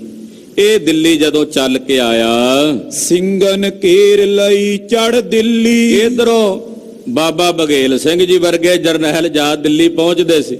ਬਾਬਾ ਜੱਸਾ ਸਿੰਘ ਜੀ ਹੋਣੀ, ਆਲੂਵਾਲੀਆ ਸਾਹਿਬ, ਉਹ ਦਿੱਲੀ ਨੂੰ। ਬਘੇਲ ਸਿੰਘ ਤਾਂ ਇਹੋ ਜਿਹਾ ਜਰਨੈਲ ਸੀ ਵੀ ਉਹਨੇ ਦਿੱਲੀ ਦੇ ਨੇੜੇ ਹੀ ਆਸਣ ਰੱਖਿਆ ਹੋਇਆ। ਜਦੋਂ ਕਿਤੇ ਖਰਚੇ ਪਰਚੇ ਦੀ ਤੰਗੀ ਆਵਣੀ, ਇਹਨੇ ਬਾਦਸ਼ਾਹ ਨੂੰ ਕਹਿਣਾ, ਬਾਦਸ਼ਾਹ ਖਾਲਸੇ ਨੂੰ ਨਜ਼ਰਾਨਾ ਭੇਟ ਕਰ ਦੇ, ਨਹੀਂ ਤਾਂ ਸਿੰਘ ਆਉਂਦੇ ਆ। ਉਹਨੇ ਡਰਦੇ ਨੇ ਨਜ਼ਰਾਨਾ ਭੇਟ ਕਰ ਦੇਣਾ। ਕਦੇ ਮੌਜ ਆਉਣੀ ਤੇ ਦਿੱਲੀ ਜਾ ਕੇ ਕਿਲੇ ਤੇ ਨਿਸ਼ਾਨ ਝੁਲਾ ਦੇਣਾ, ਤੇ ਨਿਸ਼ਾਨ ਝੁਲਾ ਕੇ ਕੁਝ ਸਮਾਂ ਉੱਥੇ ਰਹਿ ਕੇ ਸਥਾਨਾਂ ਦੀ ਸੇਵਾ ਵੀ ਕਰਾਈ ਬਾਬਾ ਬਘੇਲ ਸਿੰਘ। ਇਹ ਮਿਸਲ ਕਰੋੜ ਸਿੰਘੀਆਂ ਦੇ ਜਥੇਦਾਰ ਸੀ ਬਾਬਾ ਬਘੇਲ ਸਿੰਘ ਜੀ, ਔਰ ਬਾਬਾ ਸ਼ਾਮ ਸਿੰਘ ਜੀ ਨਾਰੋਕੇ ਵਾਲਿਆਂ ਦੇ ਚੇਲੇ ਸੀ। ਉਹਨਾਂ ਦੇ ਦੋਤਰੇ ਕਥਾ ਲਿਖ ਰਹੇ ਨੇ। ਵੇਖੋ ਕਿੰਨੇ ਨੇੜੇ ਦੀ ਕਥਾ ਹੋਵੇਗੀ, ਕਿੰਨੀ ਇੱਕ ਇੱਕ ਪਲ ਦੀ ਖਬਰ ਉਹਨਾਂ ਨੇ ਆਪਣੇ ਬਜ਼ੁਰਗਾਂ ਕੋਲੋਂ ਸੁਣ ਕੇ ਲਿਖੀ ਹੋਣੀ। ਤੋ ਸਰ ਡੇਵਿਡ ਆਕਟਰਲੋਨੀ ਜਦੋਂ ਦਿੱਲੀ ਆਇਆ ਤੇ ਉਧਰ ਸਿੰਘ ਵੀ ਦਿੱਲੀ ਪਹੁੰਚ ਜਾਇਆ ਕਰਨ। ਉਹ ਆਖੇ ਵੀ ਉਧਰੋਂ ਮਰੱਟੇ ਆਉਂਦੇ ਆ, ਇਧਰੋਂ ਆ ਸਿੰਘਾਂ ਬਾਰੇ ਉਹਨਾਂ ਨੂੰ ਜਾਣਕਾਰੀ ਘੱਟ ਸੀ। ਜਦੋਂ ਸਿੰਘਾਂ ਨੇ ਜਾ ਕੇ ਦਿੱਲੀ ਘੇਰਾ ਮਾਰਿਆ, ਗਲ ਅੰਗਰੇਜ਼ਨ ਕਰ ਦਈ ਢਿੱਲੀ। ਉਹ ਜਿਹੜੇ ਅੰਗਰੇਜ਼ ਉਹ ਕਲਕੱਤੇ ਤੋਂ ਟੁਰੇ ਦਿੱਲੀ ਤੱਕ ਪਹੁੰਚ ਗਏ ਸੀ। ਜਦੋਂ ਦਿੱਲੀ ਖਾਲਸੇ ਨੇ ਆਪਣਾ ਜਾਓ ਜਲਾਲ ਵਿਖਾਇਆ ਤੇ ਅੰਗਰੇਜ਼ਾਂ ਦੀ ਗੱਲ ਉਹਨਾਂ ਨੇ ਢਿੱਲੀ ਕਰਤੀ। ਅੰਗਰੇਜ਼ ਆਖਣ ਵੀ ਇਹ ਕੌਣ ਨੇ? ਉੱਚੀਆਂ ਉੱਚੀਆਂ ਦਮਾਲਿਆਂ ਵਾਲੇ, ਗਾਤਰੇ ਸ਼੍ਰੀ ਸਾਹਿਬਾਂ, ਮੁਛਹਿਰੇ ਚੜੇ ਹੋਏ, ਵੱਡਿਆਂ ਲੰਮਿਆਂ ਦਾੜਿਆਂ ਵਾਲੇ, ਇਹ ਆਉਂਦੇ ਆ ਘੋੜਿਆਂ ਦੀਆਂ ਕਾਠੀਆਂ ਤੇ ਬਹਿ ਕੇ ਜਕਾਰੇ ਗਜਾਉਂਦੇ ਆ, ਅਕਾਲ ਅਕਾਲ ਕਰਦੇ ਆ। ਤੇ ਦਿੱਲੀ 'ਚ ਫੇਰਾ ਜਾ ਫੇਰ ਕੇ ਬਾਦਸ਼ਾਹ ਕੋਲੋਂ ਨਜ਼ਰਾਨਾ ਲੈ ਕੇ ਕਹਿੰਦੇ ਚੰਗਾ ਹੋਲਾ ਮੱਲਾ ਮਨਾਈਏ, ਖਾਲਸਾ ਚੱਲਿਆ ਵਾਪਸ। ਦਿੱਲੀ ਦਾ ਕੀ ਆ? ਹੋਲਾ ਮੱਲਾ ਸਾਲ ਬਾਅਦ ਆਉਣਾ, ਦਿੱਲੀ ਫੇਰ ਆ ਕੇ ਮਾਰ ਲਾਂਗੇ। ਜਈ ਦਿੱਲੀ ਮਾਰੀ, ਜਈ ਬਿੱਲੀ ਮਾਰੀ। ਇਹ ਬੜੇ ਜਰਨੈਲ ਨੇ, ਇਹ ਤਾਂ ਬੜੇ ਯੋਧੇ ਨੇ। ਉਹ ਬੜਾ ਹੈਰਾਨ ਹੋਇਆ ਵੀ ਸਾਡਾ, ਅਸੀਂ ਤਾਂ ਇੰਨਾ ਪ੍ਰਤਾਪ ਹੈ ਸਾਡਾ, ਇੱਥੋਂ ਕਲਕੱਤੇ ਤੋਂ ਜਿਉਂ ਟੁਰੇ ਅਸੀਂ ਸਾਰਾ ਹਿੰਦੁਸਤਾਨ ਕਾਬਜ ਹੋ ਚੱਲੇ ਆ। ਆਹ ਕੌਣ ਨੇ ਜਿਹੜੇ ਆ ਕੇ ਸਾਨੂੰ ਵੀ ਨੱਕਦਮ ਕਰਨ ਲੱਗ ਪਏ? ਹਾਂਜੀ, ਅੰਗਰੇਜ਼ਨ ਜਰਨੈਲ ਮਨ ਗੁੱਸਾ ਆਇਆ। ਜਿਹੜਾ ਸਰ ਡੇਵਿਡ ਆਕਟਰਲੋਨੀ ਸੀ, ਇਹਦੇ ਮਨ 'ਚ ਗੁੱਸਾ ਆਇਆ ਵੀ ਇਹ ਪਤਾ ਕਰੀਏ ਕੌਣ ਨੇ। ਵੀ ਅਸੀਂ ਦਿੱਲੀ ਤੇ ਆਏ, ਦਿੱਲੀ ਤਖਤ ਤੇ ਬਹਿਣ ਦੀ ਤਿਆਰੀ ਕਰ ਰਹੇ, ਇਹ ਆ ਕੇ ਦਿੱਲੀ ਨੂੰ ਲੁੱਟਦੇ ਆ, ਇਹ ਭਲਾ ਕੌਣ ਨੇ? ਉਹਦੇ ਮਨ 'ਚ ਬੜਾ ਗੁੱਸਾ ਆਇਆ। ਨੈ ਸਿੰਘਨ ਸੋ ਜ਼ੋਰ ਬਸਾਇਆ। ਪਰ ਖਾਲਸੇ ਦੇ ਉੱਤੇ, ਸਿੰਘਾਂ ਜਰਨੈਲਾਂ ਦੇ ਉੱਤੇ ਕਿੱਥੇ ਦਾ ਜ਼ੋਰ ਚੱਲੇ? ਗੁੱਸਾ ਆਇਆ। ਹੁਣ ਮੱਛਰ ਨੂੰ ਆ ਵੀ ਜੇ ਗੁੱਸਾ ਤੇ ਕਿਹੜਾ ਪਹਾੜ ਨੂੰ ਟੱਕਰ ਮਾਰ ਕੇ ਤੋੜ ਦੇਗਾ? ਇਹਨੂੰ ਆ ਗਿਆ ਆਕਟਰਲੋਨੀ ਨੂੰ ਗੁੱਸਾ, ਸਰ ਡੇਵਿਡ ਆਕਟਰ ਨੂੰ ਇਹਨੂੰ ਗੁੱਸਾ ਆਇਆ, ਪਰ ਕੋਈ ਵਸ ਨਹੀਂ ਚੱਲਿਆ ਖਾਲਸੇ ਤੇ, ਕੋਈ ਜ਼ੋਰ ਨਹੀਂ ਚੱਲਿਆ। ਤਬ ਅੰਗਰੇਜ਼ਨ ਪੁੱਛਿਓ ਪਾਤਸ਼ਾਹ। ਜਿਹੜਾ ਦਿੱਲੀ ਦਾ ਪਾਤਸ਼ਾਹ ਸੀ ਉਦੋਂ, ਸ਼ਾਹ ਆਲਮ, ਉਹਨੂੰ ਸਰ ਡੇਵਿਡ ਆਕਟਰਲੋਨੀ ਪੁੱਛਦਾ। ਉਹਨੂੰ ਕਹਿਣ ਲੱਗਾ ਸਿੰਘਨ ਮੁਲਕ ਦਿਓ ਕਿਨ ਆਹ। ਕਹਿਣ ਲੱਗਾ ਵੀ ਆਹ ਜਿਹੜੇ ਸਿੰਘ ਨੇ ਆਏ ਸੀ ਜਕਾਰੇ ਗਜਾਉਂਦਿਆਂ, ਆ ਕੇ ਤੇਰੇ ਕਿਲੇ ਦੇ ਨਿਸ਼ਾਨ ਝੁਲਾ ਜਾਂਦੇ ਆ, ਇਹ ਜਿਹੜੇ ਸਿੰਘ ਨੇ, ਇਹਨਾਂ ਨੂੰ ਪੰਜਾਬ ਦੇ ਇਲਾਕੇ 'ਚ ਇਹਨਾਂ ਦਾ ਰਾਜ ਹੈ, ਉਹ ਰਾਜ ਕਿਹਨੇ ਦਿੱਤਾ ਇਹਨਾਂ ਨੂੰ? ਇੱਥੋਂ ਵੇਖੋ ਭੂਮਿਕਾ ਵੱਜਦੀ ਹੈ। ਇਸ ਗ੍ਰੰਥ ਦਾ ਜਿਹੜਾ ਸਰਲੇਖ ਕਹਿ ਲਈਏ ਨਾ, ਉਹ ਹੈ ਕਿ ਸਿੰਘਨ ਪਾਇਓ ਰਾਜ ਕਿਮਾ ਔਰ ਕਿਨ ਦੀਨੀ ਪਾਤਸ਼ਾਹੀ। ਇਹਨਾਂ ਨੂੰ ਰਾਜ ਕਿਵੇਂ ਮਿਲਿਆ, ਪਾਤਸ਼ਾਹੀ ਕਿਵੇਂ ਮਿਲੀ ਇਹਨਾਂ ਨੂੰ, ਕਿਹਨੇ ਦਿੱਤੀ ਹੈ ਪਾਤਸ਼ਾਹੀ? ਉਹ ਪੁੱਛਦਾ ਹਿੰਦੁਸਤਾਨ ਦੇ ਬਾਦਸ਼ਾਹ ਨੂੰ, ਸਰ ਡੇਵਿਡ ਆਕਟਰਲੋਨੀ। ਉਹ ਕਹਿੰਦਾ ਹੈ ਵੀ ਇਹ ਜਿਹੜੇ ਸਿੰਘ ਨੇ, ਇਹਨਾਂ ਨੂੰ ਪਾਤਸ਼ਾਹੀ ਕਿਹਨੇ ਦਿੱਤੀ ਹੈ? ਦੋਹਰਾ ਮਾਰਿਓ ਕੌਣ ਗਨੀਮਨ, ਕੌਣ ਸਵਾਰਿਓ ਕਾਮ। ਇਹਨਾਂ ਨੂੰ ਇਹ ਸਾਰਾ ਮੁਲਕ ਜਿਹੜਾ ਇਹਨਾਂ ਦੇ ਕੋਲ ਆ, ਉਹ ਕਿਹਨੇ ਦਿੱਤਾ? ਆਖਰ ਇਹਨਾਂ ਨੇ ਕਿਹੜਾ ਗਨੀਮ ਮਾਰਿਆ? ਇਹੋ ਜਿਹੇ ਕਿਹੜੇ ਇਹਨਾਂ ਨੇ ਵੱਡੀ ਬਹਾਦਰੀ ਦੇ ਕੰਮ ਕੀਤੇ ਨੇ? ਇਹੋ ਜਿਹਾ ਕਿਹੜਾ ਇਹਨਾਂ ਨੇ ਤੁਹਾਡਾ ਕੰਮ ਸਵਾਰਿਆ ਹਿੰਦੁਸਤਾਨ ਦਾ ਕਿ ਇਹਨਾਂ ਨੂੰ ਤੁਸੀਂ ਰਾਜ ਦਿੱਤਾ? ਫਿਰ ਕਿਹੜੇ ਪਾਤਸ਼ਾਹ ਨੇ ਦਿੱਤਾ? ਇਹ ਕਿਵੇਂ ਕਾਬਜ ਹੋਏ ਨੇ ਪੰਜਾਬ ਦੇ ਵਿੱਚ? ਇਹਨਾਂ ਨੇ ਕਿਹੜੀ ਇਹੋ ਜੀ ਬਹਾਦਰੀ ਕੀਤੀ ਹੈ? ਕਿਹੜਾ ਇਹੋ ਜਿਹਾ ਗਨੀਮ ਮਾਰਿਆ ਹਿੰਦੁਸਤਾਨ ਦਾ? ਕਿਹੜਾ ਕੋਈ ਦੁਸ਼ਮਣ ਮਾਰਿਆ ਕਿ ਇਹਨਾਂ ਨੂੰ ਤੁਸੀਂ ਰਾਜ ਦਿੱਤਾ? ਔਰ ਕਿਹੜੇ ਪਾਤਸ਼ਾਹ ਨੇ ਦਿੱਤਾ, ਉਹ ਮੈਨੂੰ ਦੱਸੋ। ਦੀਨੋ ਪਟੇ ਲਿਖਾਏ ਜਿਨ ਕਹੋ ਸ਼ਾਹ ਉਸ ਨਾਮ। ਕਹਿੰਦਾ ਜਿਹੜੇ ਬਾਦਸ਼ਾਹ ਨੇ ਇਹਨਾਂ ਨੂੰ ਪਟੇ ਲਿਖ ਕੇ ਦਿੱਤੇ ਨੇ ਰਾਜ ਦੇ ਇਧਰ ਪੰਜਾਬ 'ਚ, ਉਹ ਪਾਤਸ਼ਾਹ ਦਾ ਕੀ ਨਾਮ ਸੀ? ਉਹ ਕਿਹੜਾ ਬਾਦਸ਼ਾਹ ਸੀ? ਉਹਨੇ ਇਹਨਾਂ ਦੀ ਕਿਹੜੀ ਬਹਾਦਰੀ ਵੇਖ ਕੇ ਇਹਨਾਂ ਨੂੰ ਰਾਜ ਦਿੱਤਾ ਸੀ? ਉਹ ਸਰ ਡੇਵਿਡ ਆਕਟਰਲੋਨੀ ਨੂੰ ਤਾਂ ਹੁਣ ਪੰਥ ਦਾ ਇਤਿਹਾਸ ਨਹੀਂ ਨਾ ਪਤਾ ਖਾਲਸੇ ਦਾ, ਉਹ ਤਾਂ ਜਾਣਕਾਰੀ ਲਈ ਪੁੱਛ ਰਿਹਾ ਬਾਦਸ਼ਾਹ ਨੂੰ, ਹਿੰਦੁਸਤਾਨ ਦੇ ਬਾਦਸ਼ਾਹ ਨੂੰ। ਇਹਨਾਂ ਨੂੰ ਕਿਹੜੇ ਬਾਦਸ਼ਾਹ ਨੇ ਪਟੇ ਲਿਖ ਕੇ ਦਿੱਤੇ ਨੇ? ਰਾਜ ਭਾਗ ਇਹਨਾਂ ਨੂੰ ਕਿਹਨੇ ਦਿੱਤਾ ਹੈ? ਮੈਨੂੰ ਉਹਦਾ ਨਾਂ ਦੱਸ। ਜੋ ਪਈ ਤਬ ਪਾਤਸ਼ਾਹ ਉੱਤਰ ਕਇਓ। ਉਸ ਵੇਲੇ ਬਾਦਸ਼ਾਹ ਜਿਹੜਾ ਸੀ ਹਿੰਦੁਸਤਾਨ ਦਾ, ਉਹ ਬੋਲਿਆ, ਇਹਨੂੰ ਕਹਿਣ ਲੱਗਾ ਆਕਟਰ ਲੋਨੀ ਨੂੰ, ਨਹੀਂ ਸ਼ਾਕਿਨ ਇਨਕੋ ਲਿਖ ਦਇਓ। ਕਹਿਣ ਲੱਗਾ ਜੀ ਕਿਸੇ ਸ਼ਾਹ ਨੇ, ਬਾਦਸ਼ਾਹ ਨੇ ਇਹਨਾਂ ਨੂੰ ਰਾਜ ਨਹੀਂ ਦਿੱਤਾ ਲਿਖ ਕੇ, ਕਿਸੇ ਨੇ ਪਟਾ ਨਹੀਂ ਦਿੱਤਾ। ਨਹੀਂ ਕਾਮ ਕੋ ਇਨੇ ਸਵਾਰਿਓ। ਇਹਨਾਂ ਨੇ ਹਿੰਦੁਸਤਾਨ ਦਾ ਕੋਈ ਕੰਮ ਨਹੀਂ ਸਵਾਰਿਆ। ਉਹ ਕਹਿੰਦਾ ਸ਼ਾਹ, ਹੁਣ ਉਹ ਤਾਂ ਤੁਰਕ ਸੀ, ਖਾਲਸੇ ਦੀ ਉਪਮਾ ਕਿਵੇਂ ਕਰਦਾ, ਵਡਿਆਈ ਕਿਵੇਂ ਕਰਦਾ? ਉਹਦੇ ਨਾਲ ਤਾਂ ਜੰਗ ਯੁੱਧ ਸੀ ਖਾਲਸੇ ਦਾ। ਹੁਣ ਦੁਸ਼ਮਣ ਨੂੰ ਕੋਈ ਪੁੱਛੇ ਤੇ ਭਾਵੇਂ ਚੰਗਾ ਹੀ ਹੋਵੇ, ਉਹਨੇ ਕੋਈ ਉਹਦੀ ਵਡਿਆਈ ਥੋੜੀ ਕਰਨੀ। ਕਹਿੰਦਾ ਜੀ ਇਹਨਾਂ ਨੇ ਕੋਈ ਕੰਮ ਨਹੀਂ ਸਵਾਰਿਆ ਹਿੰਦੁਸਤਾਨ ਦਾ। ਨੈ ਗਨੀਮ ਕੋ ਇਨਨੇ ਮਾਰਿਓ। ਇਹਨਾਂ ਨੇ ਕੋਈ ਗਨੀਮ ਨਹੀਂ ਮਾਰਿਆ। ਜਿਹੜੇ ਇਹਨਾਂ ਹਿੰਦੁਸਤਾਨ ਦੇ ਬਾਦਸ਼ਾਹ ਦੇ ਜਵਾਈ ਆਉਂਦੇ ਰਿਹਾ ਚੜ ਚੜ ਕੇ, ਨਾਦਰ ਤੇ ਅਬਦਾਲੀ, ਉਹਨਾਂ ਨੂੰ ਕੌਣ ਮਾਰਦਾ ਰਿਹਾ? ਖਾਲਸੇ ਨਹੀਂ ਸੋਧਾ ਲਾਇਆ ਨਾ। ਪਰ ਹੁਣ ਉਹ ਸਾਰੀਆਂ ਗੱਲਾਂ ਤੇ ਪਰਦਾ ਪਾਉਂਦਾ ਬਾਦਸ਼ਾਹ। ਕਹਿੰਦਾ ਜੀ ਇਹਨਾਂ ਨੇ ਕੋਈ ਗਨੀਮ ਨਹੀਂ ਮਾਰਿਆ, ਇਹਨਾਂ ਨੇ ਕਿਸੇ ਸਾਡੇ ਦੋਖੀ ਨੂੰ ਨਹੀਂ ਮਾਰਿਆ। ਨਿਜ਼ਾਮੁਲ ਮੁਗਲ ਨੇ ਨਾਦਰ ਬੁਲਾਇਓ। ਕਹਿੰਦੇ ਇੱਕ ਨਿਜ਼ਾਮੁਲ ਨਾਮ ਦਾ ਮੁਗਲ ਸੀ, ਨਿਜ਼ਾਮੁਲ, ਮਨਸੂਰ ਅਲੀ ਵੀ ਉਹਨੂੰ ਕਹਿੰਦੇ ਸੀ। ਉਹਨੇ ਨਾਦਰ ਨੂੰ ਸੱਦ ਲਿਆ ਸੀ ਆਪਣੀ ਮਦਦ ਵਾਸਤੇ। ਹਿੰਦੁਸਤਾਨ 'ਚ ਨਾਦਰ ਨੂੰ ਬੁਲਾਉਣ ਵਾਲਾ ਇਹਨਾਂ ਦਾ ਹੀ ਇੱਕ ਸ਼ਾਸਕ ਸੀ, ਉਹਦਾ ਨਾਮ ਸੀ ਮਨਸੂਰ ਅਲੀ ਨਿਜ਼ਾਮੁਲ। ਉਹਨੇ ਉਸ ਵੇਲੇ ਨੂੰ ਬੁਲਾਇਆ। ਦਿੱਲੀ ਕੋ ਉਨ ਨਾਸ ਕਰਾਇਓ। ਉਹਨੇ ਆ ਕੇ ਦਿੱਲੀ ਦਾ ਨਾਸ ਕੀਤਾ। ਨਾਦਰ ਨੇ ਆ ਕੇ ਹਿੰਦੁਸਤਾਨ ਤੇ ਹਮਲਾ ਕਰਕੇ ਐਡਾ ਵੱਡਾ ਨੁਕਸਾਨ ਕੀਤਾ ਕਿ ਦਿੱਲੀ ਵਿੱਚ ਤਕਰੀਬਨ ਇੱਕ ਦਿਨ 'ਚ ਨਾਦਰ ਨੇ 70,000 ਬੰਦਾ ਮਾਰ ਕੇ ਮੁਕਾ ਦਿੱਤਾ ਸੀ। ਐਡਾ ਨਿਰਦਈ ਸੀ ਨਾਦਰ। ਰੋਹੇਲੇ ਨਜੀਬੇ ਅਹਿਮਦ ਸ਼ਾਹ ਸਦਵਾਇਓ। ਫਿਰ ਇੱਕ ਨਜੀਬ ਦੌਲਾ ਰੋਹੇਲਾ ਹੋਇਆ, ਉਹਨੇ ਬਾਅਦ ਚ ਅਬਦਾਲੀ ਨੂੰ ਸੱਦ ਲਿਆ। ਉਹ ਵੀ ਨਾਦਰ ਦਾ ਹੀ ਚੇਲਾ ਸੀ, ਉਹਦਾ ਸੈਨਾਪਤੀ ਸੀ। ਉਹਨੇ ਅਹਿਮਦ ਸ਼ਾਹ ਅਬਦਾਲੀ ਨੂੰ ਹਿੰਦੁਸਤਾਨ ਤੇ ਹਮਲਾਵਰ ਬਣਾ ਕੇ ਸੱਦ ਲਿਆ। ਭਾਉ ਮਰਹੱਟੇ ਉਹਨੇ ਗਲਵਾਇਓ। ਇੱਧਰ ਜਿਹੜੇ ਮਰਹੱਟੇ ਸਨ, ਕਿਉਂਕਿ ਮਰਹੱਟੇ ਵੀ ਹਿੰਦੁਸਤਾਨ ਤੇ ਕਬਜ਼ਾ ਕਰਨਾ ਚਾਹੁੰਦੇ ਸੀ ਦਿੱਲੀ ਤੇ, ਉਹਨੇ ਅਬਦਾਲੀ ਨੂੰ ਸੱਦ ਲਿਆ ਨਜੀਬ ਦੌਲੇ ਨੇ, ਤੇ ਉਹਨੂੰ ਸੱਦ ਕੇ ਮਰਹੱਟਿਆਂ ਨਾਲ ਲੜਾ ਕੇ ਮਰਹੱਟਿਆਂ ਨੂੰ ਮਰਵਾਇਆ। ਆਪ ਥੱਕ ਕੇ ਉਹ ਮੁੜ ਗਏਓ। ਕਹਿੰਦੇ ਏਦਾਂ ਉਹ ਥੱਕ ਥਕਾ ਕੇ ਅਬਦਾਲੀ ਮੁੜ ਗਿਆ। ਮੁਲਕ ਆਕੀ ਇਮ ਉਸ ਤੇ ਰਹਿਓ। ਜਦੋਂ ਨਾਦਰ ਦੇ ਹਮਲੇ ਹੋਏ, ਅਬਦਾਲੀ ਦੇ ਹਮਲੇ ਤੇ ਹਮਲੇ ਹੁੰਦੇ ਰਹੇ, ਤੇ ਹੇ ਆਕਟਰ ਲੋਨੀ, ਉਸ ਵੇਲੇ ਸਾਡਾ ਸਾਰਾ ਮੁਲਕ ਬਿਖਰ ਗਿਆ। ਸਾਡਾ ਮੁਲਕ ਜਿਹੜਾ ਸੀ ਉਹ ਆਕੀ ਹੋ ਗਿਆ। ਸ਼ਾਹ ਦੁਸ਼ਟ ਇਮ ਕਪਟੇ ਉਚਾਰਾ। ਇਹ ਉਦੋਂ ਦੇ ਆਕੀ ਹੋਏ ਨੇ ਆ ਜਿਹੜੇ ਪੰਜਾਬ 'ਚ ਰਾਜ ਕਰਦੇ ਆ ਨਾ, ਜਿਨ੍ਹਾਂ ਨੂੰ ਤੂੰ ਸਿੰਘ ਕਹਿਣਾ, ਖਾਲਸਾ ਕਹਿਣਾ, ਇਹ ਉਦੋਂ ਦੇ ਸਾਡੇ ਤੋਂ ਆਕੀ ਹੋਏ ਨੇ। ਤੇ ਕਿਸੇ ਨੇ ਇਹਨਾਂ ਨੂੰ ਰਾਜ ਨਹੀਂ ਦਿੱਤਾ, ਇਹ ਆਪ ਹੀ ਆਕੀ ਹੋ ਕੇ ਬੈਠੇ ਹੋਏ ਨੇ। ਉਦੋਂ ਦਾ ਸਾਡਾ ਸਾਰਾ ਮੁਲਕ ਆਕੀ ਹੋ ਗਿਆ। ਏਦਾਂ ਇਸ ਦੁਸ਼ਟ ਬਾਦਸ਼ਾਹ ਨੇ ਹਿੰਦੁਸਤਾਨ ਦੇ ਨੇ ਇਹ ਪਰਦਾ ਪਾ ਕੇ ਨਾ ਖਾਲਸੇ ਦੀ ਜਿਹੜੀ ਹਕੀਕਤ ਸੀ ਉਹ ਇਸ ਅੰਗਰੇਜ਼ ਅਫਸਰ ਨੂੰ ਨਹੀਂ ਦੱਸੀ। ਉਹਨੇ ਪਰਦਾ ਪਾ ਕੇ ਵੀ ਇਹ ਤਾਂ ਲੁਟੇਰੇ ਨੇ, ਇਹ ਤਾਂ ਬਾਗੀ ਨੇ, ਇਹ ਆਕੀ ਨੇ, ਇਹਨਾਂ ਨੇ ਵੱਖਰਾ ਆਪਣਾ ਆਕੀ ਹੋ ਕੇ ਰਾਜ ਉੱਥੇ ਸਥਾਪਿਤ ਕਰ ਲਿਆ। ਕਿਸੇ ਨੇ ਇਹਨਾਂ ਨੂੰ ਰਾਜ ਨਹੀਂ ਦਿੱਤਾ, ਇਹਨਾਂ ਕਿਸੇ ਗਨੀਮ ਨੂੰ ਨਹੀਂ ਮਾਰਿਆ, ਇਹਨਾਂ ਨੇ ਕੋਈ ਸਾਡੇ ਦੇਸ਼ ਦਾ ਨਹੀਂ ਸਵਾਰਿਆ। ਇਹ ਤਾਂ ਉਦੋਂ ਸਾਡੇ ਤੋਂ ਬਾਗੀ ਹੋਏ ਜਦੋਂ ਅਬਦਾਲੀ ਤੇ ਨਾਦਰ ਸਾਡੇ ਤੇ ਹਮਲੇ ਕਰਦੇ ਰਹੇ। ਹਾਂਜੀ, ਸਿੰਘ ਨੇ ਉੱਪਰ ਤੋੜਾ ਝਾੜਾ। ਇਹਨੇ ਸਿੰਘਾਂ ਉੱਤੇ ਤੋੜਾ ਝਾੜ ਦਿੱਤਾ ਆਪਣਾ ਸਾਰਾ। ਤੋੜਾ ਝਾੜਨ ਤੋਂ ਮਤਲਬ ਵੀ ਆਪਣਾ ਖਹਿੜਾ ਛੁਡਾ ਲਿਆ ਵੀ ਇਹ ਸਾਡੇ ਤੋਂ ਬਾਗੀ ਨੇ। ਤੋੜਾ ਝਾੜ ਦਿੱਤਾ ਖਾਲਸੇ ਦੇ ਉੱਤੇ ਵੀ ਇਹਨਾਂ ਨੇ ਦੇਸ਼ ਉਜਾੜਿਆ। ਹਾਂਜੀ, ਸਿੰਘਨ ਕੋ ਉਨ ਰਈਅਤ ਬਤਾਇਓ। ਇਹਨੇ ਸਿੰਘਾਂ ਨੂੰ, ਖਾਲਸੇ ਨੂੰ ਰਈਅਤ ਦੱਸਿਆ ਵੀ ਇਹ ਸਾਡੀ ਰਈਅਤ ਹੈ, ਇਹ ਸਾਡੀ ਪਰਜਾ ਤੇ ਸਾਡੇ ਤੋਂ ਆਕੀ ਹੋਈ ਹੈ। ਖਾਲਸਾ ਕਿਸੇ ਦੀ ਰਈਅਤ ਨਹੀਂ, ਖਾਲਸਾ ਅਕਾਲ ਪੁਰਖ ਕੀ ਫੌਜ ਹੈ। ਇਸ ਕਰਕੇ ਖਾਲਸਾ ਖੁਦ ਖੁਦਾ ਹੈ।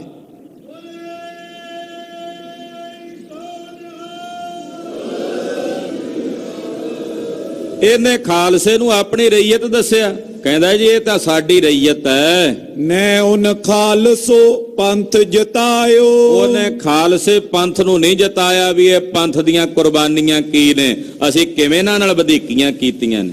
ਉਹਨੇ ਮੁਗਲਾਂ ਨੇ ਕਿਵੇਂ ਕਿਵੇਂ ਵਧੀਕੀਆਂ ਕੀਤੀਆਂ, ਕਿਹੜੇ ਕਿਹੜੇ ਪਾਪ ਗੁਨਾਹ ਕੀਤੇ ਇਹਨਾਂ ਨੇ ਖਾਲਸੇ ਦੇ ਉੱਤੇ ਜ਼ੁਲਮ ਕੀਤੇ, ਉਹ ਨਹੀਂ ਇਹਨਾਂ ਨੇ ਦੱਸਿਆ। ਫਿਰ ਪੰਥ ਦੀਆਂ ਕੁਰਬਾਨੀਆਂ ਨਹੀਂ ਦਸੀਆਂ ਇਹਨਾਂ ਨੇ। ਨੈ ਉਨ ਗੁਰਨ ਭੇਦ ਕੁਛ ਕਹਿਆ। ਉਹਨੇ ਗੁਰੂ ਪਾਤਸ਼ਾਹ ਜੀ ਦਾ ਕੋਈ ਭੇਦ ਨਹੀਂ ਦੱਸਿਆ ਵੀ ਜਿਹੜੇ ਗੁਰੂ ਦਾ ਇਹ ਪੰਥ ਹੈ ਉਸ ਗੁਰੂ ਦਾ ਨਾਂ ਨਹੀਂ ਲਿਆ। ਗੁਰੂ ਨਾਨਕ ਸਾਹਿਬ ਦੀ ਵਡਿਆਈ ਨਹੀਂ ਸੁਣਾਈ। ਗੁਰਨ ਸ਼ਾਹਨ ਜਿਮ ਝਗੜੇ ਰਹਾ। ਜਿਵੇਂ ਗੁਰੂ ਪਾਤਸ਼ਾਹ ਦੇ ਬਾਦਸ਼ਾਹਾਂ ਨਾਲ ਝਗੜੇ ਰਹੇ, ਗੁਰੂ ਹਰਗੋਬਿੰਦ ਸਾਹਿਬ ਲੜੇ, 10ਵੇਂ ਪਾਤਸ਼ਾਹ ਔਰੰਗੇ ਨਾਲ ਲੜਦੇ ਰਹੇ, ਕਿਉਂਕਿ ਇਹ ਵੀ ਔਰੰਗੇ ਦਾ ਹੀ ਬੀਜ ਸੀ ਨਾ, ਉਹਦੀ ਅੰਸ਼ ਵੰਸ਼ ਚੋਂ ਜਿਹੜਾ ਦੱਸ ਰਿਹਾ ਸਰ ਡੇਵਿਡ ਆਕਟਰਲੋਨੀ ਨੂੰ। ਤੇ ਹੁਣ ਪੰਥ ਦੀ ਉਪਮਾ ਕਿਵੇਂ ਕਰਦਾ? ਇਹਨੇ ਨਹੀਂ ਦੱਸਿਆ ਵੀ ਮੇਰੇ ਸਾਡੇ ਬਜ਼ੁਰਗ ਔਰੰਗੇ ਨੇ ਕਿਵੇਂ ਗੁਰੂ ਦੇ 4 ਬੱਚੇ ਸ਼ਹੀਦ ਕੀਤੇ, ਕਿਵੇਂ 9ਵੇਂ ਪਾਤਸ਼ਾਹ ਨੂੰ, ਉਹ ਗੱਲਾਂ ਨਹੀਂ ਦਸੀਆਂ। ਇਹਨੇ ਗੁਰੂ ਸਾਹਿਬ ਜੀ ਦੀ ਜਿਹੜੀ ਵਡਿਆਈ ਸੀ ਉਹ ਨਹੀਂ ਦੱਸੀ। ਇਹਨੇ ਇਹ ਵੀ ਨਹੀਂ ਦੱਸਿਆ ਕਿ ਗੁਰੂ ਪਾਤਸ਼ਾਹ ਦਾ ਔਰ ਇਹਨਾਂ ਬਾਦਸ਼ਾਹਾਂ ਨਾਲ ਝਗੜਾ ਰਿਹਾ, ਲੜਾਈਆਂ ਯੁੱਧ ਜੰਗ ਹੁੰਦੇ ਰਹੇ ਨੇ, ਉਹ ਨਹੀਂ ਦੱਸਿਆ। ਇਹਨੇ ਨਹੀਂ ਦੱਸਿਆ ਅਸੀਂ ਇਹਨਾਂ ਦੇ ਸਿਰਾਂ ਦੇ ਮੁੱਲ ਪਾਏ ਹੋਏ ਸੀ।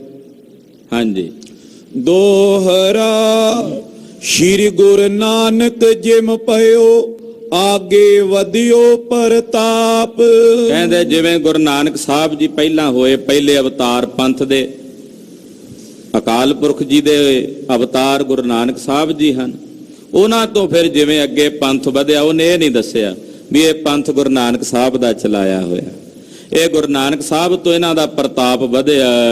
ਜਿਮ ਬਾਬਰ ਪਰ ਕਿਰਪਾ ਭਈ ਕਹਿਓ ਨਾ ਮਨ ਰੱਖ ਪਾਪ। ਇਹਨੇ ਆਪਣੇ ਮਨ 'ਚ ਪਾਪ ਰੱਖ ਕੇ ਨਹੀਂ ਦੱਸਿਆ ਕਿ ਕਿਵੇਂ ਗੁਰੂ ਨਾਨਕ ਸਾਹਿਬ ਨੇ ਇਹਨਾਂ ਦੇ ਵਡੇਰੇ ਬਾਬਰ ਦੇ ਉੱਤੇ ਦਇਆ ਦ੍ਰਿਸ਼ਟੀ ਕਰਕੇ ਰਾਜ ਭਾਗ ਬਖਸ਼ਿਆ ਸੀ। ਇਹਨੇ ਮਨ 'ਚ ਪਾਪ, ਇਹ ਕਹਿੰਦਾ ਇਹ ਰਈਅਤ ਨੇ, ਇਹ ਨਹੀਂ ਜਾਣਦਾ ਵੀ ਗੁਰੂ ਨਾਨਕ ਸਾਹਿਬ ਦੀ ਰਈਅਤ ਨੇ, ਉਹਨਾਂ ਨੇ ਰਾਜ ਦਿੱਤਾ ਇਹਨਾਂ ਨੂੰ, ਉਹ ਬਾਦਸ਼ਾਹ ਨੇ।